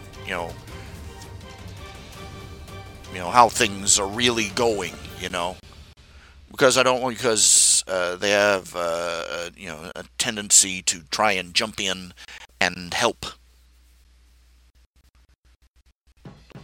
And the next thing I know, I'm moving out of my apartment or house and being talked into moving back in with my parents or with my sister, or they're doing this, that, or the other, and trying, I'm helping. We're helping you. We're helping you. Your family. We help. And I'm like, hell, somebody else help me. Maybe I'm a hypocrite for the fact that I can accept help more easily from neighbors or strangers or things like that than I can from my family. Is that just me, or is that everybody, or is it, or is it just a hypocrisy we all know? Because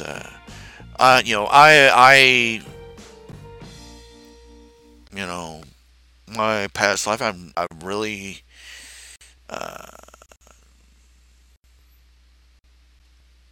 lean on my family too much.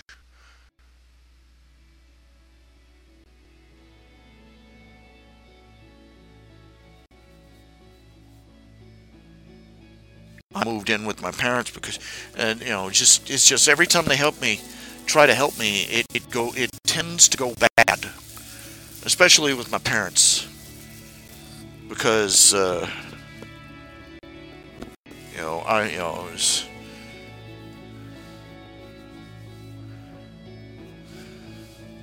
I won't get into it. I really won't, because I am out of their house, and I've been out of their house for years now.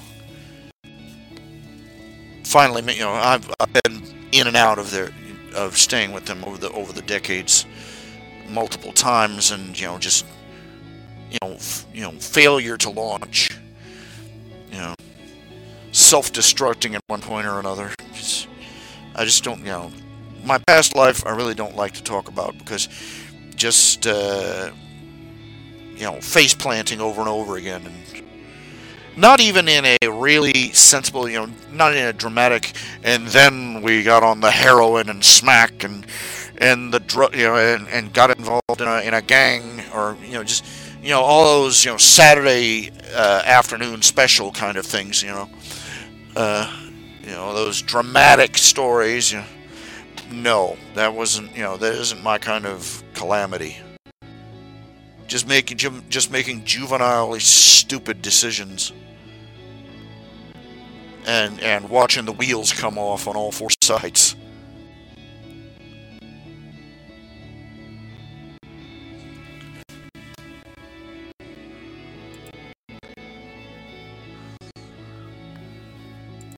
Over and over again. And quite frankly, I'd rather die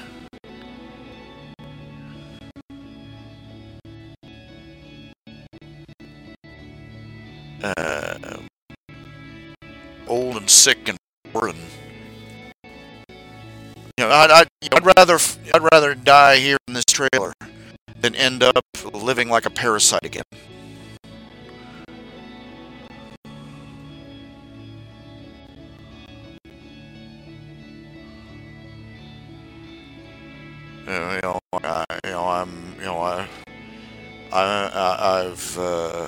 I've failed to be a truly successful and financially and socially stable adult, and I've been terrible at being a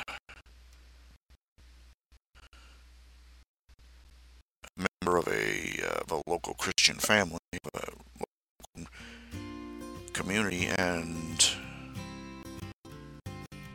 I, I'd rather not, I want to have at least the dignity of dying under my own roof.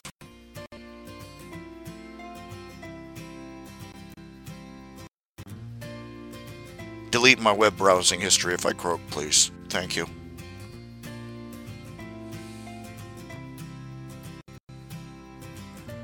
I'll be honest. I worry. What's sad is that I'm selfish enough that I worry. My parents are getting up in years, and I'm wondering what I'm going to do when they pass away.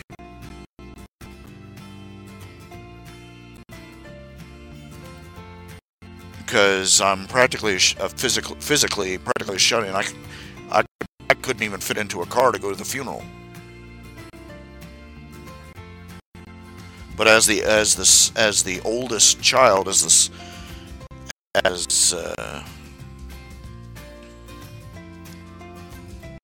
son, I would be, there are certain, somebody is bound to have some expectations of me, and I don't think I can live up to them.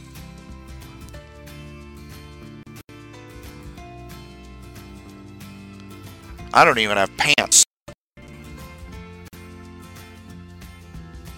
I dress in hospital clothes.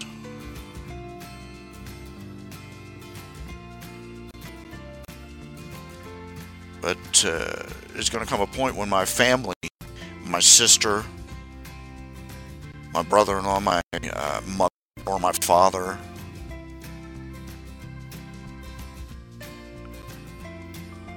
my nieces maybe, someday, they're going to need me to be there for them. And I'm just not going to be able to hack it. And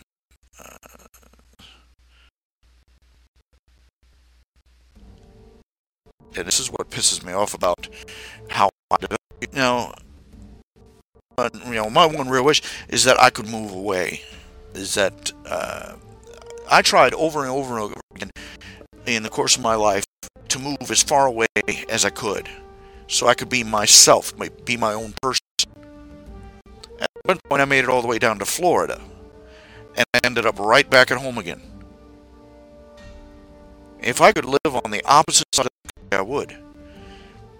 Because, and damn me for being selfish, people are under the delusion that just because you are in close proximity, that somehow you are capable of being useful. That you can fulfill his traditional obligations of, the number one son. I can't even count on myself to remember to remove the laundry from the washing machine after the washer's done.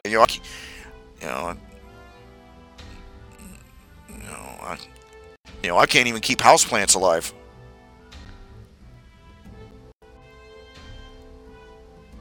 I'm just the black sheep of the family, I suppose. Not because I'm, classically wicked or anything. It's because I'm useless. What am I going to do? If my parents are suddenly in need, or my sister or brother-in-law is suddenly in need, what am I going to do? Am I going to waddle my way to the house and pick up?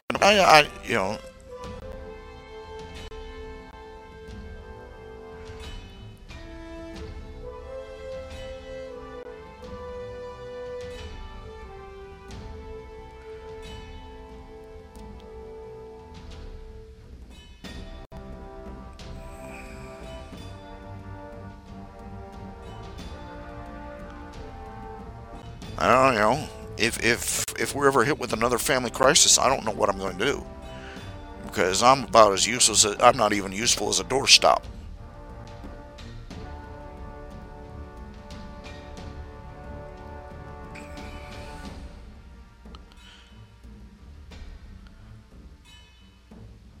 Even when I was physically, still physically fit enough to get around and drive my own fat behind here and there and everywhere.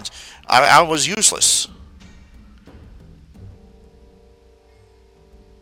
My dad built My dad built a shed in their backyard.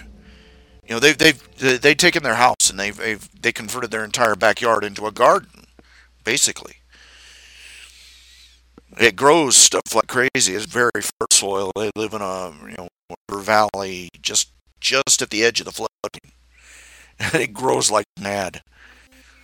And they got cans and cans of canned goods, just stacked up. And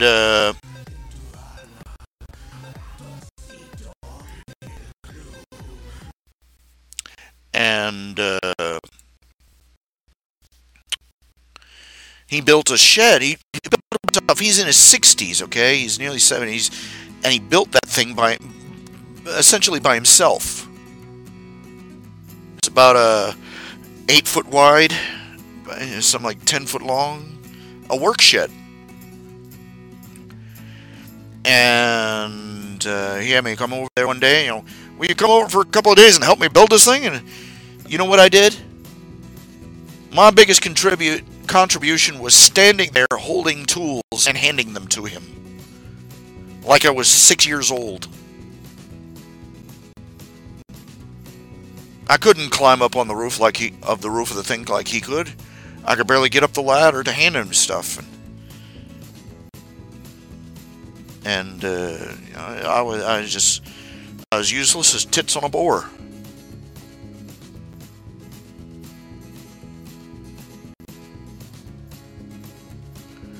And he's like, "Oh, thank you for being here." We had a crisis where one of my family members, she was attacked, and "Oh, we need you to come home." And what did I do? I go there. I was homeless. I was jobless at that point, and I come all the way back from Florida to Ohio, to West Virginia, just basically stand around and wave my hands like a useless idiot while everybody ran around having a crisis.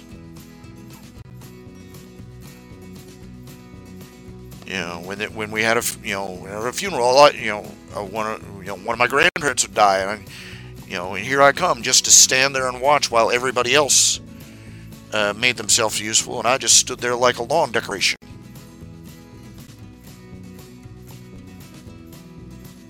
Not that I wouldn't know what to do if I was asked to do it.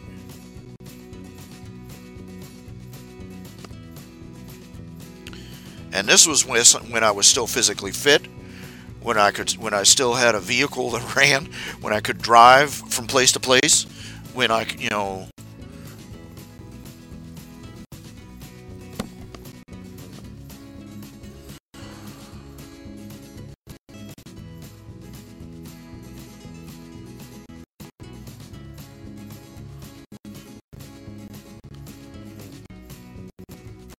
what I'm worried is,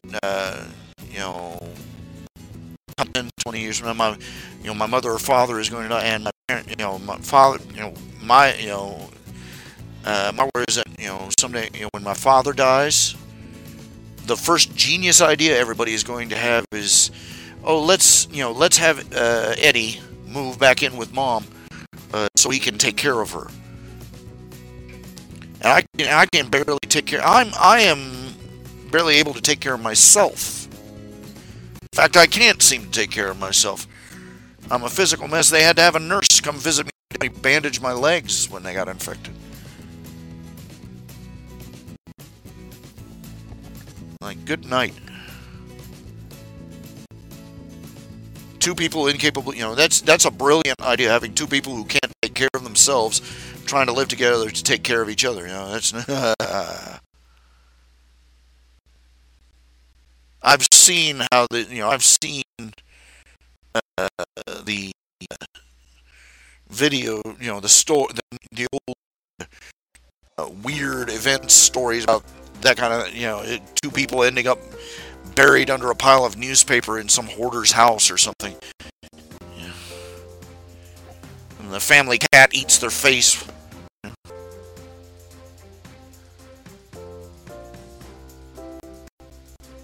Or they get blown to Kingdom Come when one of them tries to adjust settings on the water heater.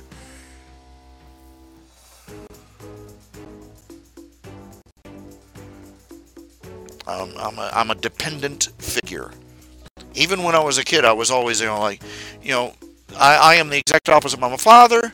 My father, when he was growing up, his father wasn't really there for him.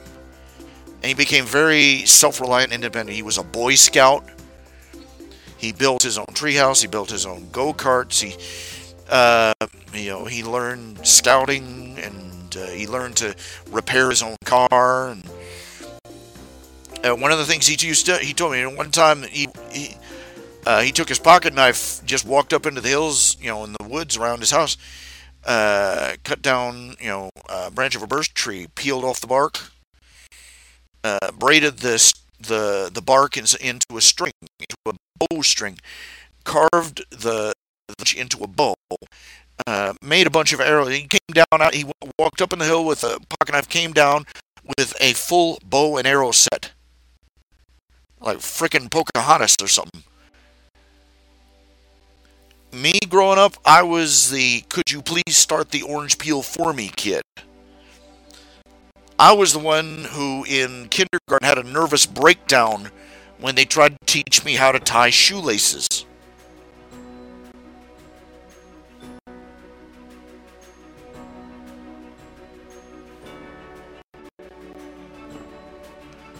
He'd take me out there, he'd be working on the car, and I was supposed to be learning something, God only knows what.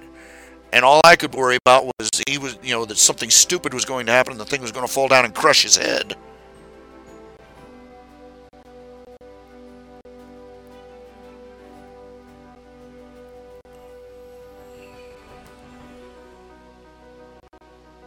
I do one thing and I only do one thing: draw pictures. And I don't do that particularly well. And yes, I know y'all like my artwork and stuff, but folks, there are people out there that do what I do for a living, and they do it for free, and they could hang up in a gallery if galleries still hung actual art and not pop modern arts and crafts projects.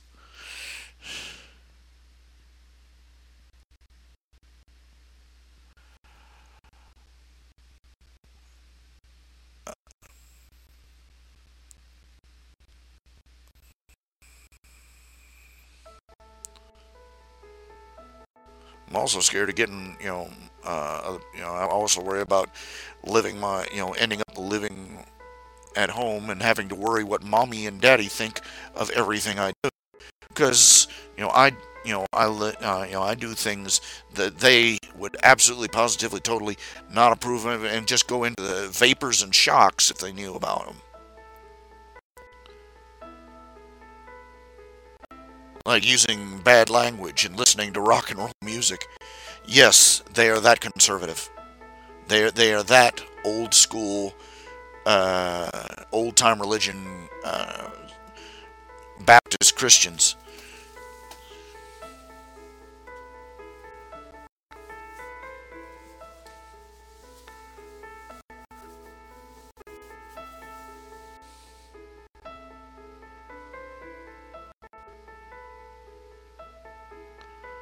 I think I just have visions of them trying to force their way in and check my internet search history, and me having to pull out a shotgun and blow the computer away before they can reach the keyboard. I'm not a good man. I'm far below what even I think of as my best.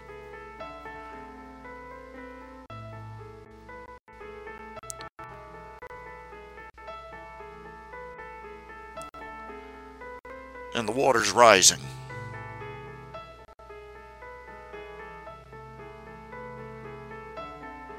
All it'd take is one crisis for what's left of my life to come apart at the seams.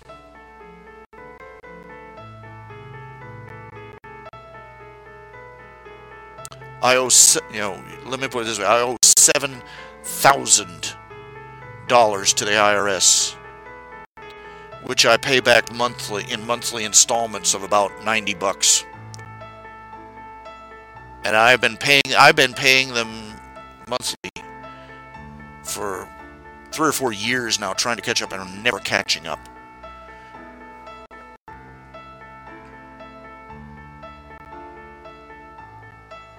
I'm below, I've been living, just, I've been living below the line. But due to technicalities, they still come and suck out a little bit more of my blood every year. I should be getting tax returns, but due to a technicality,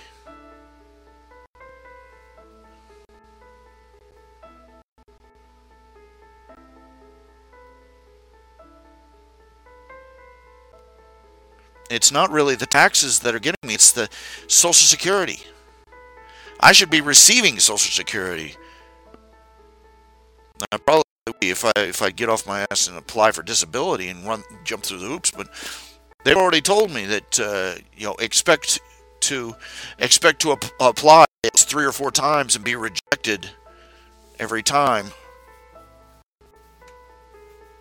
And then my parents told me that the first step is get a lawyer. Don't you feel socially secure with that system? Where you have to sue the government to get it to give you back your money that it was supposedly holding on for when you needed it?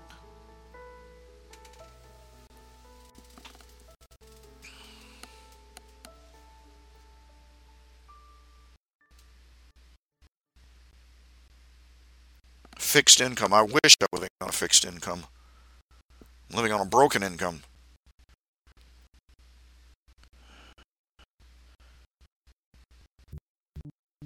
I'm behind on my rent. Of course, I've been told by another that lives here, everybody in this lot is behind on their rent. Some of them by tens of thousands. I'm like, ah! But I'm behind on my rent by years, and it's not like I have. It's not like I've not paid them either. I've been, just sending them money, sending money, and just being late or having to send a partial payment once or twice, and it adds up. Within 5-10 years.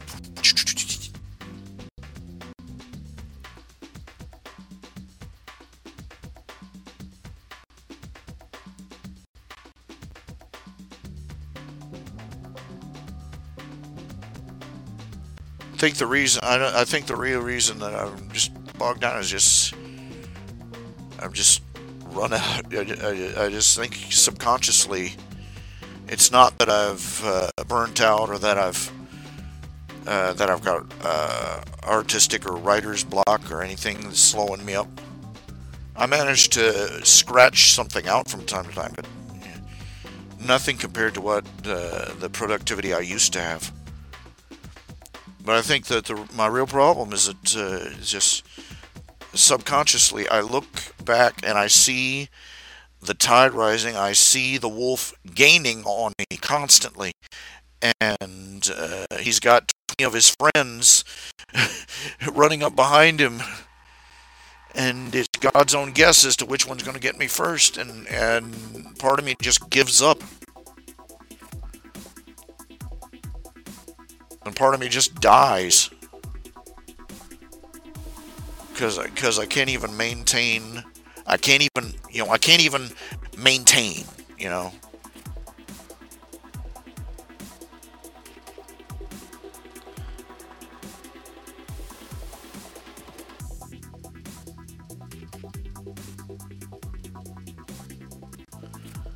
I don't mean to. This is. I'm venting a lot. I know I'm venting a lot here, and I'm admitting to a lot of things that just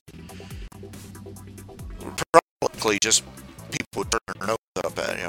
After a certain point, pity turns to disgust, and so I don't want to go there.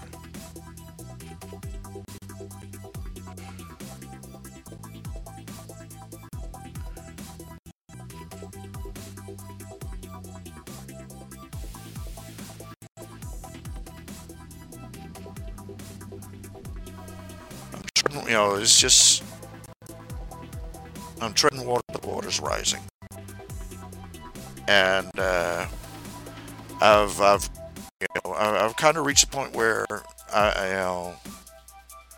there's an old science study they did. Well, basically they studied frustration. What they did is that basically they had a cage, and they had a rat up on a little platform.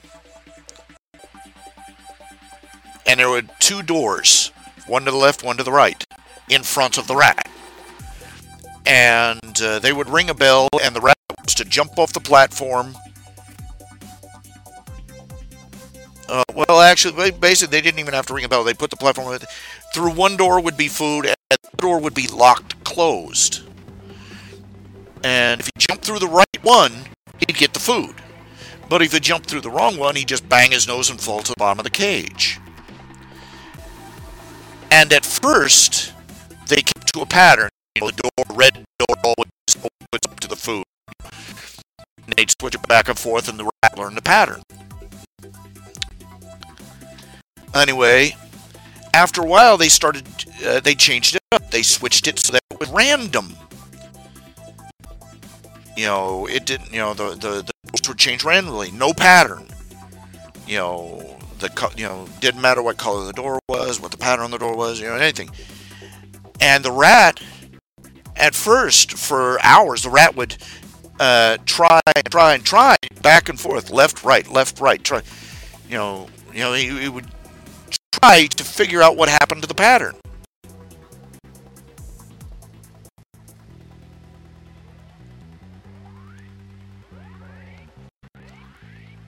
But eventually, the rat would reach a point where it would stop trying, it would start to either the left or the right door over and over and over and over and over. Never switching. Even if they left the door, locked permanently, the rat would keep banging its head at that door, and just the rat had given up all hope of figuring out what it was doing wrong.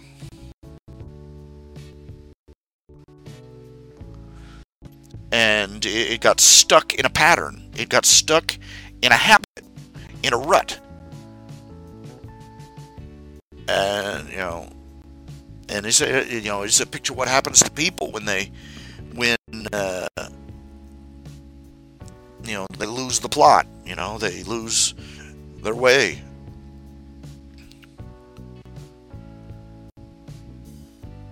And other studies say people who get that way, they get so ingrained into the habit, they're afraid to try anything new because it's just another. They expect that it's just going to fail too, and it's just going to be not only are they going to fail, but they're going to fail worse because they've wasted all this effort trying something new that didn't work anyway. So they stick it banging their nose against that locked door. And then eventually they quit trying it all. And I'm starting to feel like a rat.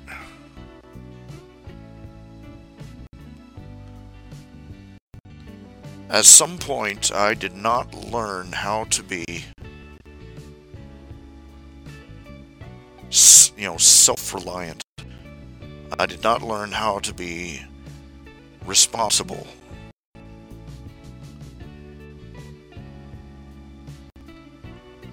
And, the proof in the pudding is in the eating. You look at my life, you look at my condition, you look at the state I'm in, and you can conclude, yeah, he's a loser. Yeah, he's failed at, failure to launch. Failed to become a responsible, self-sufficient adult. And that despite having advantages that 9/10 of the world's population hasn't even heard of.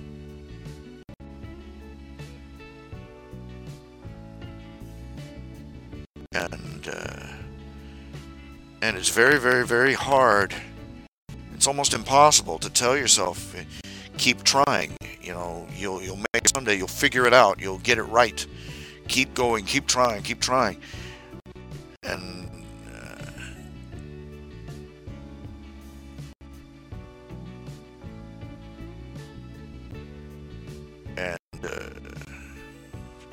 you get older and you get sicker and you get more tired and you get more physical problems and every other problem you have is busy growing as fast as it can while your back is turned.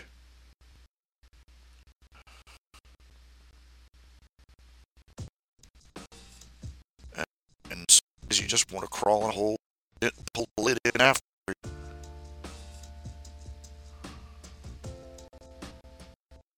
Or come out again.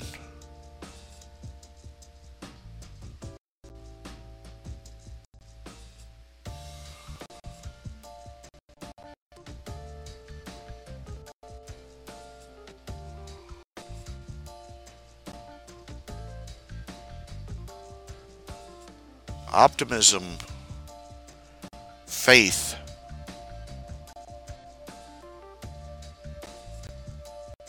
They keep telling you should have faith in God, but that requires that you believe that God's backing you on what you're doing. And after bumbling along for years, you start to wonder.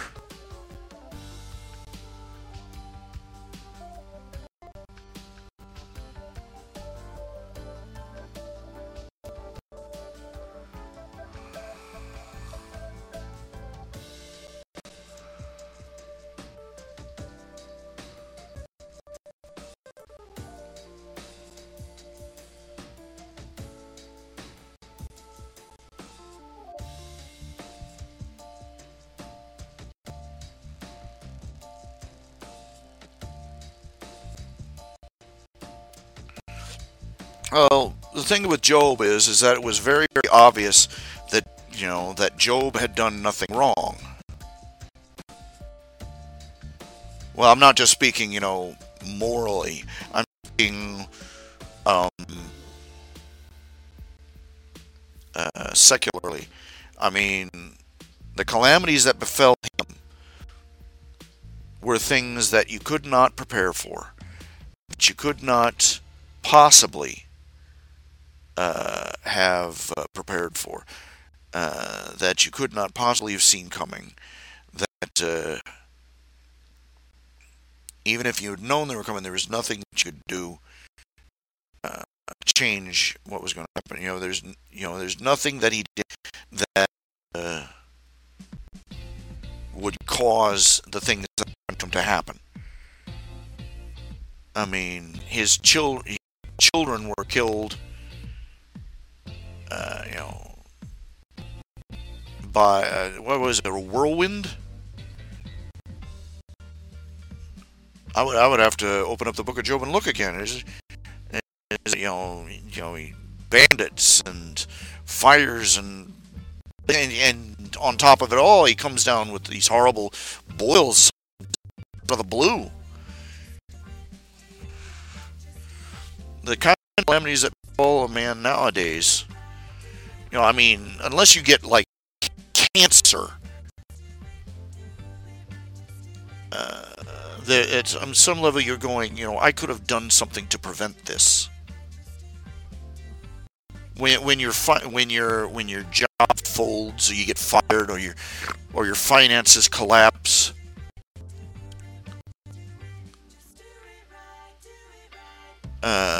there's no avoiding the fact that there's a little voice in the back of your head. It goes, and quite truthfully goes, you could have done something to prepare for this. You could have done something better. You could have done something different. Or you get an education. You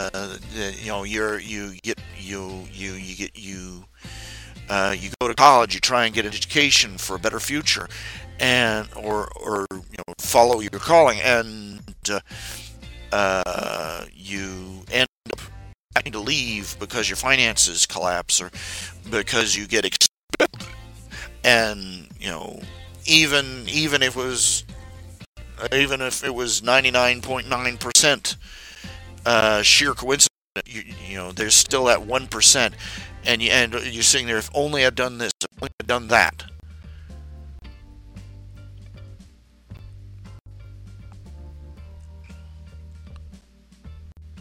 Let me put this. I had a car. It was a 4-door sedan. Bought it from that guy I was telling you about, the guy with the bad wife. He sold it to me for $500. Just practically giving it away. And I didn't really maintenance the thing. I didn't really take care of it. I had it for about a year. I was running on a tire full of Fix-A-Flat by the end, because just just terrible.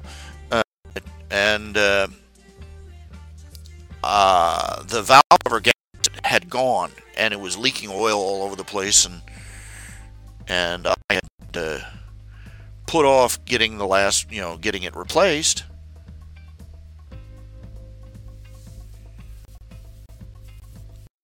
It would have been something like $10-15, and all I had left was $10-15. And I ended up spending that on a pizza, of all things. Then I'm driving down the road on the way to church to my parents' place, which was like 40, 50 miles away, and my engine caught fire. Whoosh! And there wasn't a thing I could do. I got out of the car, and some people called the fire department, and that was it. And come to find out, it wasn't the valve cover gas that was, likely cause of the fire. Come to find out that the guy that owned it, there was a problem with the fuel pump. There was a leak around one of the fuel lines. He forgot about it. He had never fixed it. He forgot to tell me about it.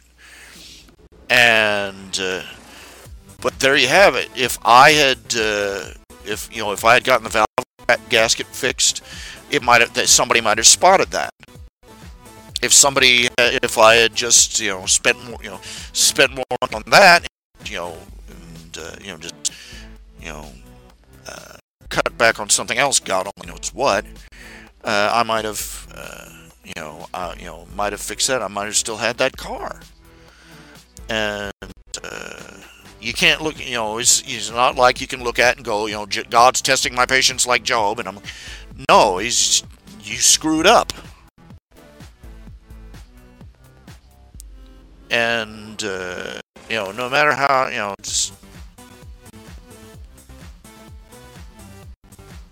and it's really sad when you know that you screwed up in the past and you're going to screw up again in the same way because, there's just no life skills.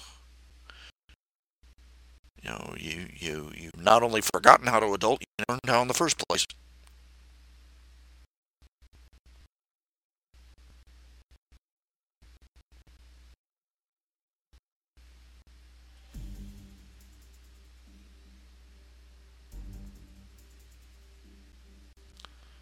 It's my own fault I'm where I am, and what's really sad is that even knowing that, I don't think there is anything, I don't think that I would be able to have helped myself prevented it happening because I just lack the aptitude or the character necessary to maintenance my life properly.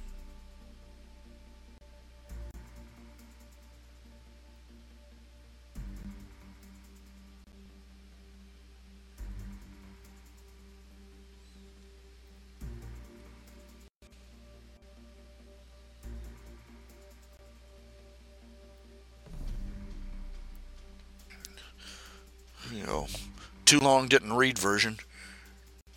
My life's screwed up, and I've screwed myself up, and I don't think I have the common sense to unscrew it.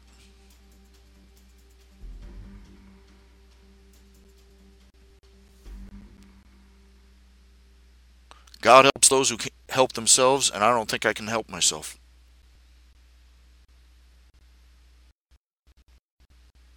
I don't know, maybe just a self-destructive streak.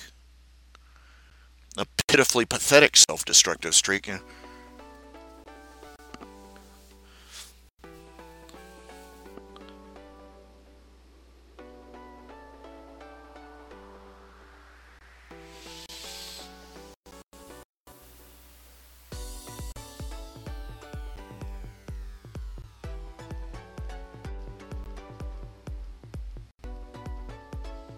I'm sorry, I'm wallowing. I'm letting myself wallow. I hate wallowing. I desperately need to vent, but I hate myself for doing it,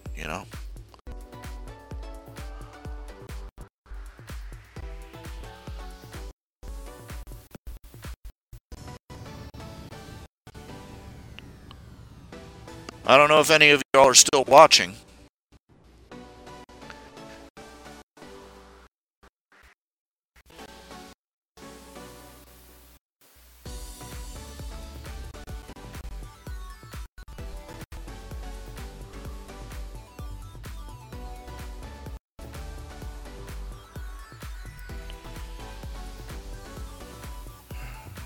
I just this time, I don't know.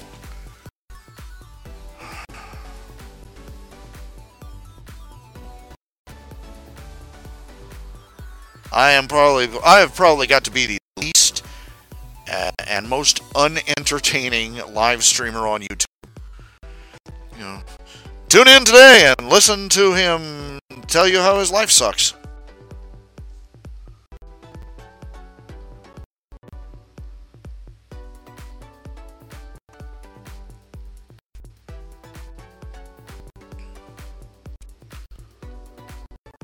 I wouldn't want to watch a show about me. I just listen to me. Oh, my life sucks. Oh, I can't. Boo hoo, boo hoo.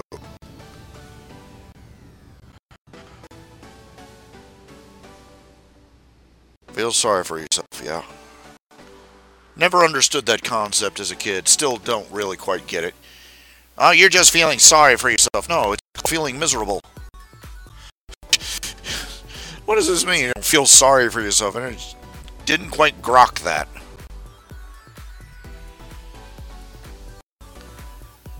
It's like, it's some sort of contemptible thing for you to be unhappy when circumstances are making you, you know?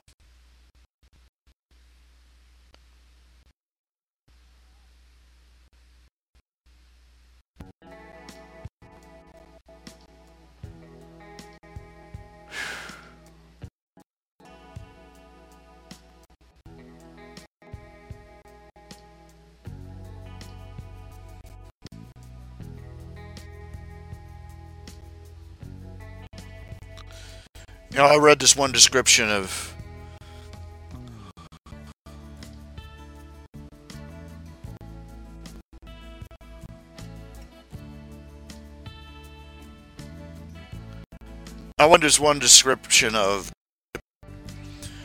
and he said, saying, "What is depression like?" I'll tell you what depression's like. Depression's like they give you this potato and tell you you've got to peel this potato, and you can't peel the potato, and and it's frustrating, and you can't do it. And you ask them here, use this potato peeler, and they hand you another potato. Don't ask me why that is, but somehow it does.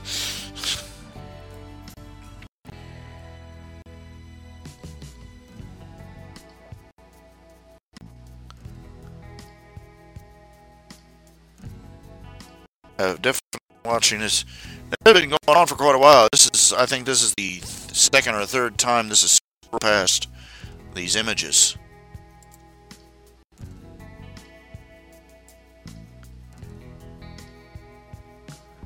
I think maybe I duplicated them by mistake.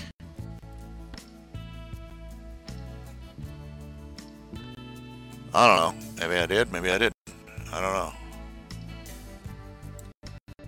Need more images. Need something to fill in that slideshow. More stuff.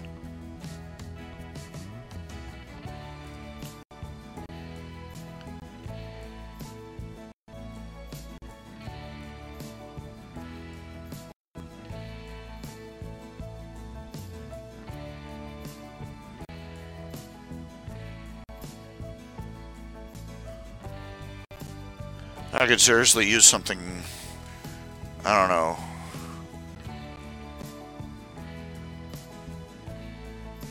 chocolatey or cakey, I don't know. Made myself some oatmeal chocolate cookies a while back, a couple of days back. Really didn't, really didn't hit the spot though.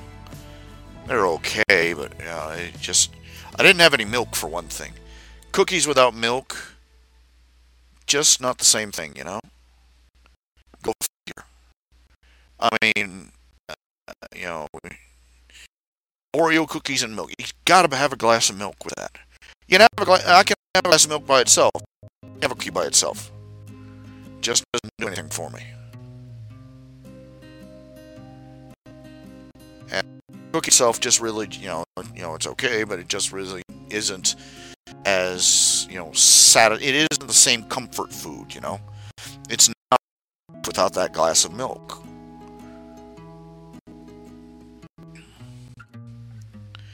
I think the reason is I crave milk so much. Growing up, we very rarely got dry cereal.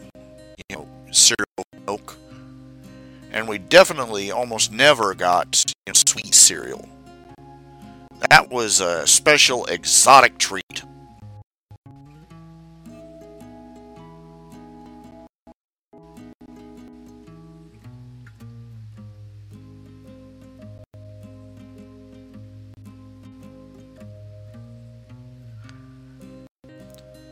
And my parents are just stingy with milk.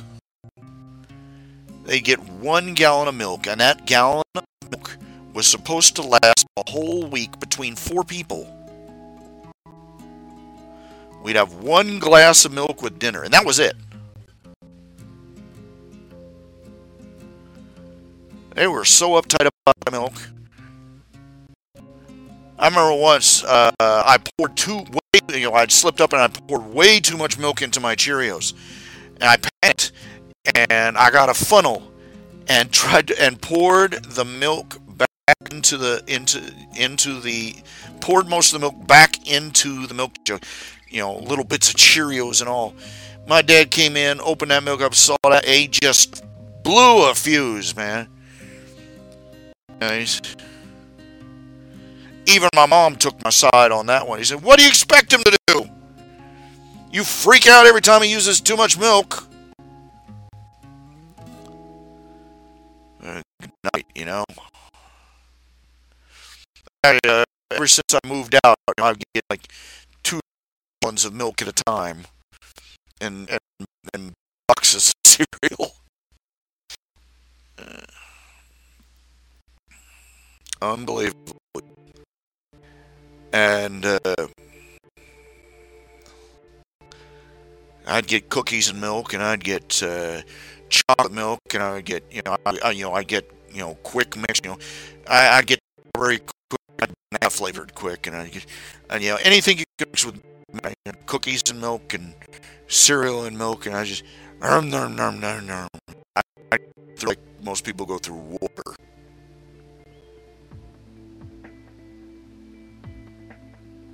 It's probably the only reason all my teeth have fallen out. They're starting to. I lost one tooth on one side. One on the right side is gone. One on the left side is broken. And one of my molars is starting to crumble. And I've got a little bitty hole in one of the front teeth. I see it every time I look in the bathroom mirror. Frickin' Medicaid won't cover dental care. Oh, it will. It'll cover cleaning your teeth. It'll cover going in and getting your teeth cleaned. And like if you're screaming in agony because you got like rotting tooth all the way up into your nerve endings and stuff, you can go in and cover. Just to get a tooth that isn't hurting pulled, they won't cover that. What the frack? Do you think it's going to get better with time? This is why you don't want bureaucrats in charge of your health care. Of bitches. And I guarantee you, they are not on the same insurance you're on. They are rich and overpaid and bureaucrats who have their own private health care, just like Congress, and don't care if us poor worthless slobs walk around with our teeth rotting right out of our heads.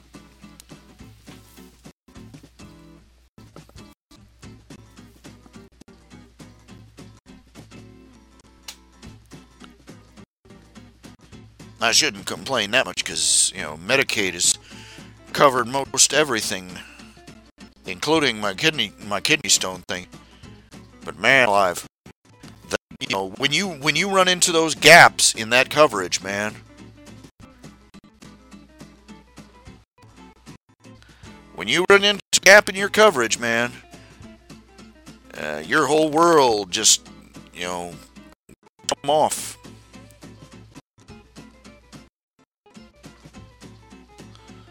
Now I feel like a bum. Medicaid cover getting my kidney stones out, won't cover my teeth. want to know? It costs at least $120 to $150 to get one tooth pulled. If I had that kind of money to spare, I wouldn't be on Medicaid.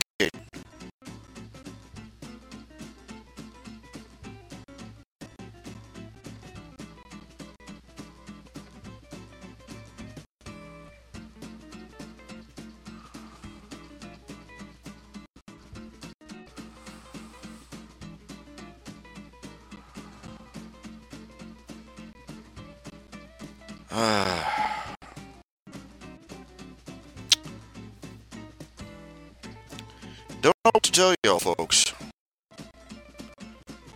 Buy my books.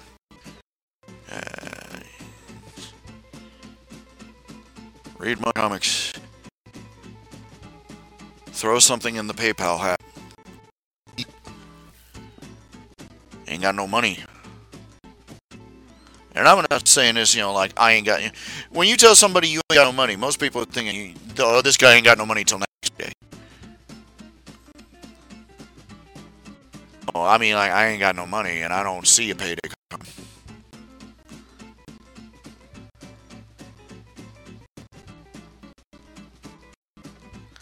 Oh yeah, Job. Job having to argue with his friends.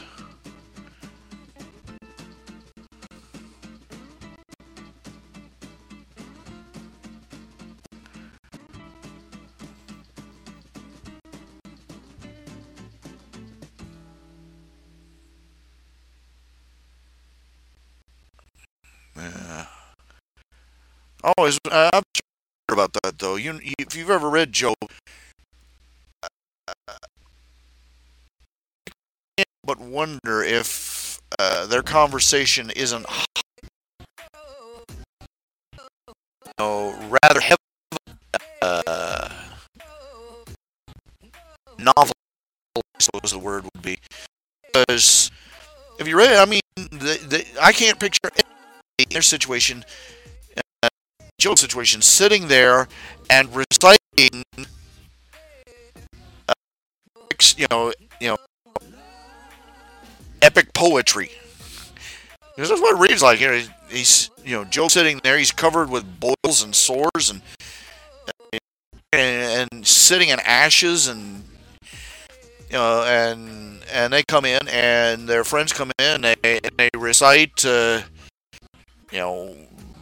4 or 5 chapters of what the hell's they recite for 5 minutes something from Shakespeare apparently, and then he recites something back that's just as long, and I'm like, this doesn't sound like any conversation I would have with anybody.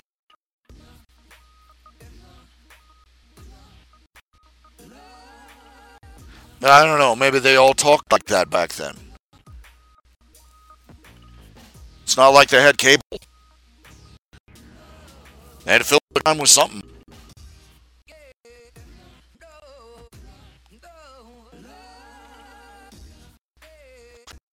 Yes, that's the word I'm looking for.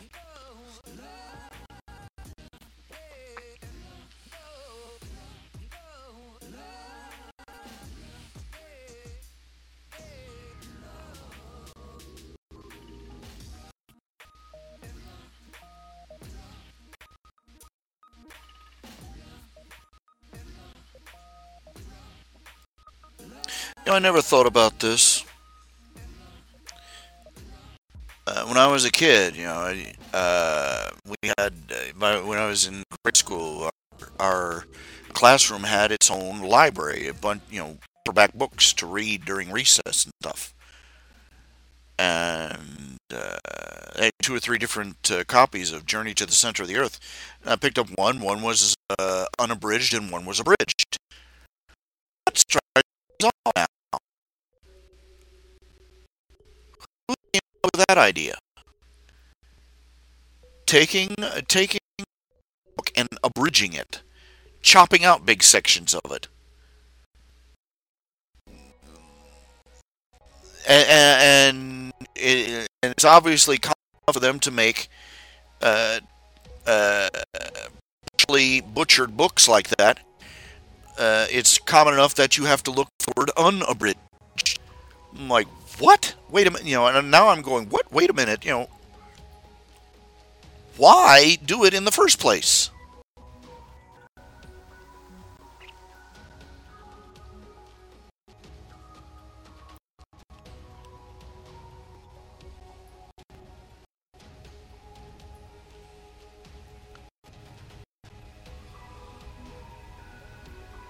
Why take a book? And I've read the abridged, I read a bit of the abridged book, and I read a bit of the unabridged book, and took out of the abridged book. Why? There's no point in it.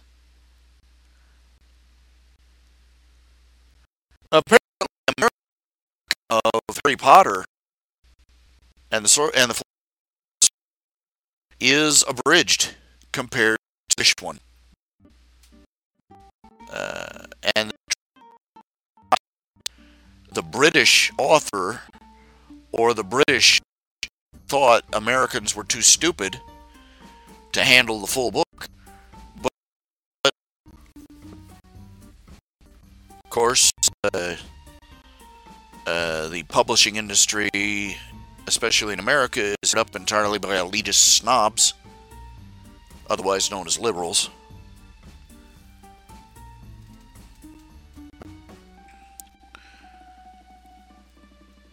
But really is some American a-hole who decided that American readers wouldn't understand what a philosopher's stone was.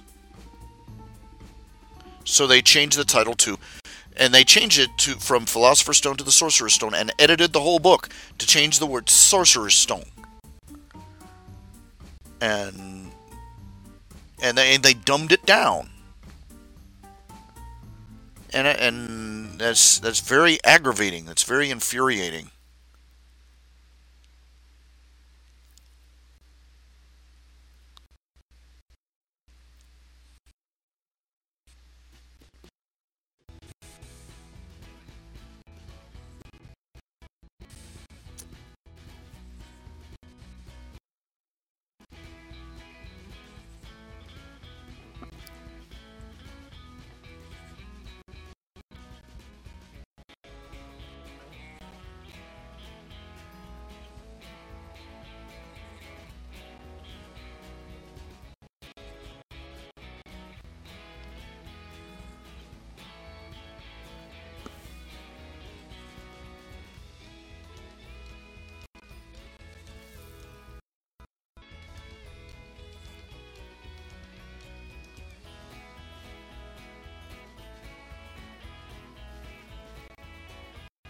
World's out to tire you out to wear you out.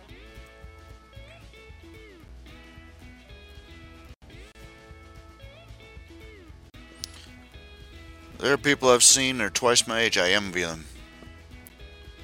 I mean, I knew a guy who's 80 years old, was still a farmer.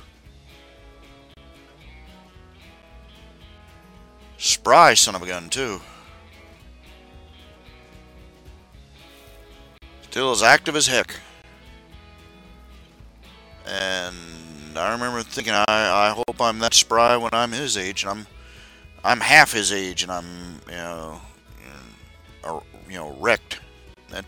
That bums me out. I was always kind of hoping, that at least if I got that old, that I would at least, be physically fit enough to trot down the street, that kind of thing, trot, and do around the house stuff like he did.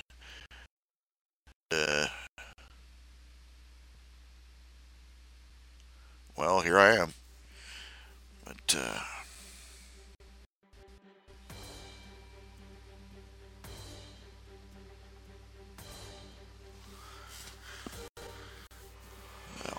okay, it is 12:25.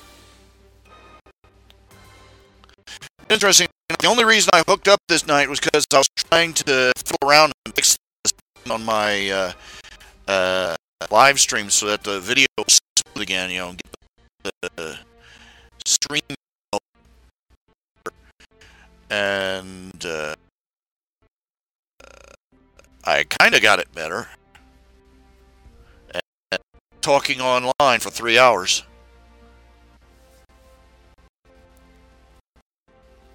Has the sound broken up any this entire time? If the sound came out smooth, if we got through it with the sound breaking up, that's an accomplishment. And I can go with that. Progress.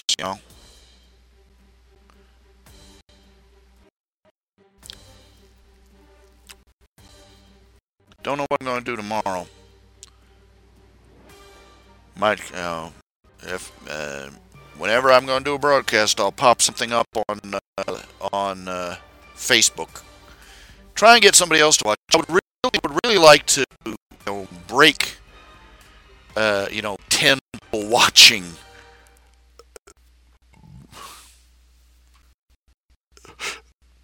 Oh, nuts.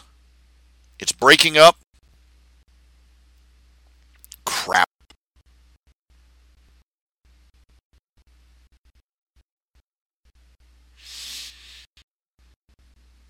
Well, I'll probably try lowering the settings even further then. See if that helps. But it is after midnight, and I think it's time to go. Thank you for hanging out with me and putting up with my whining, my belly aching, misery guts.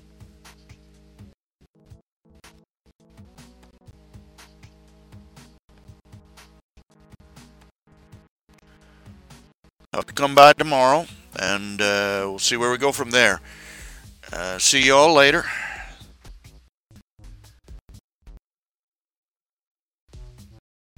Spleen squeezins. Yippee.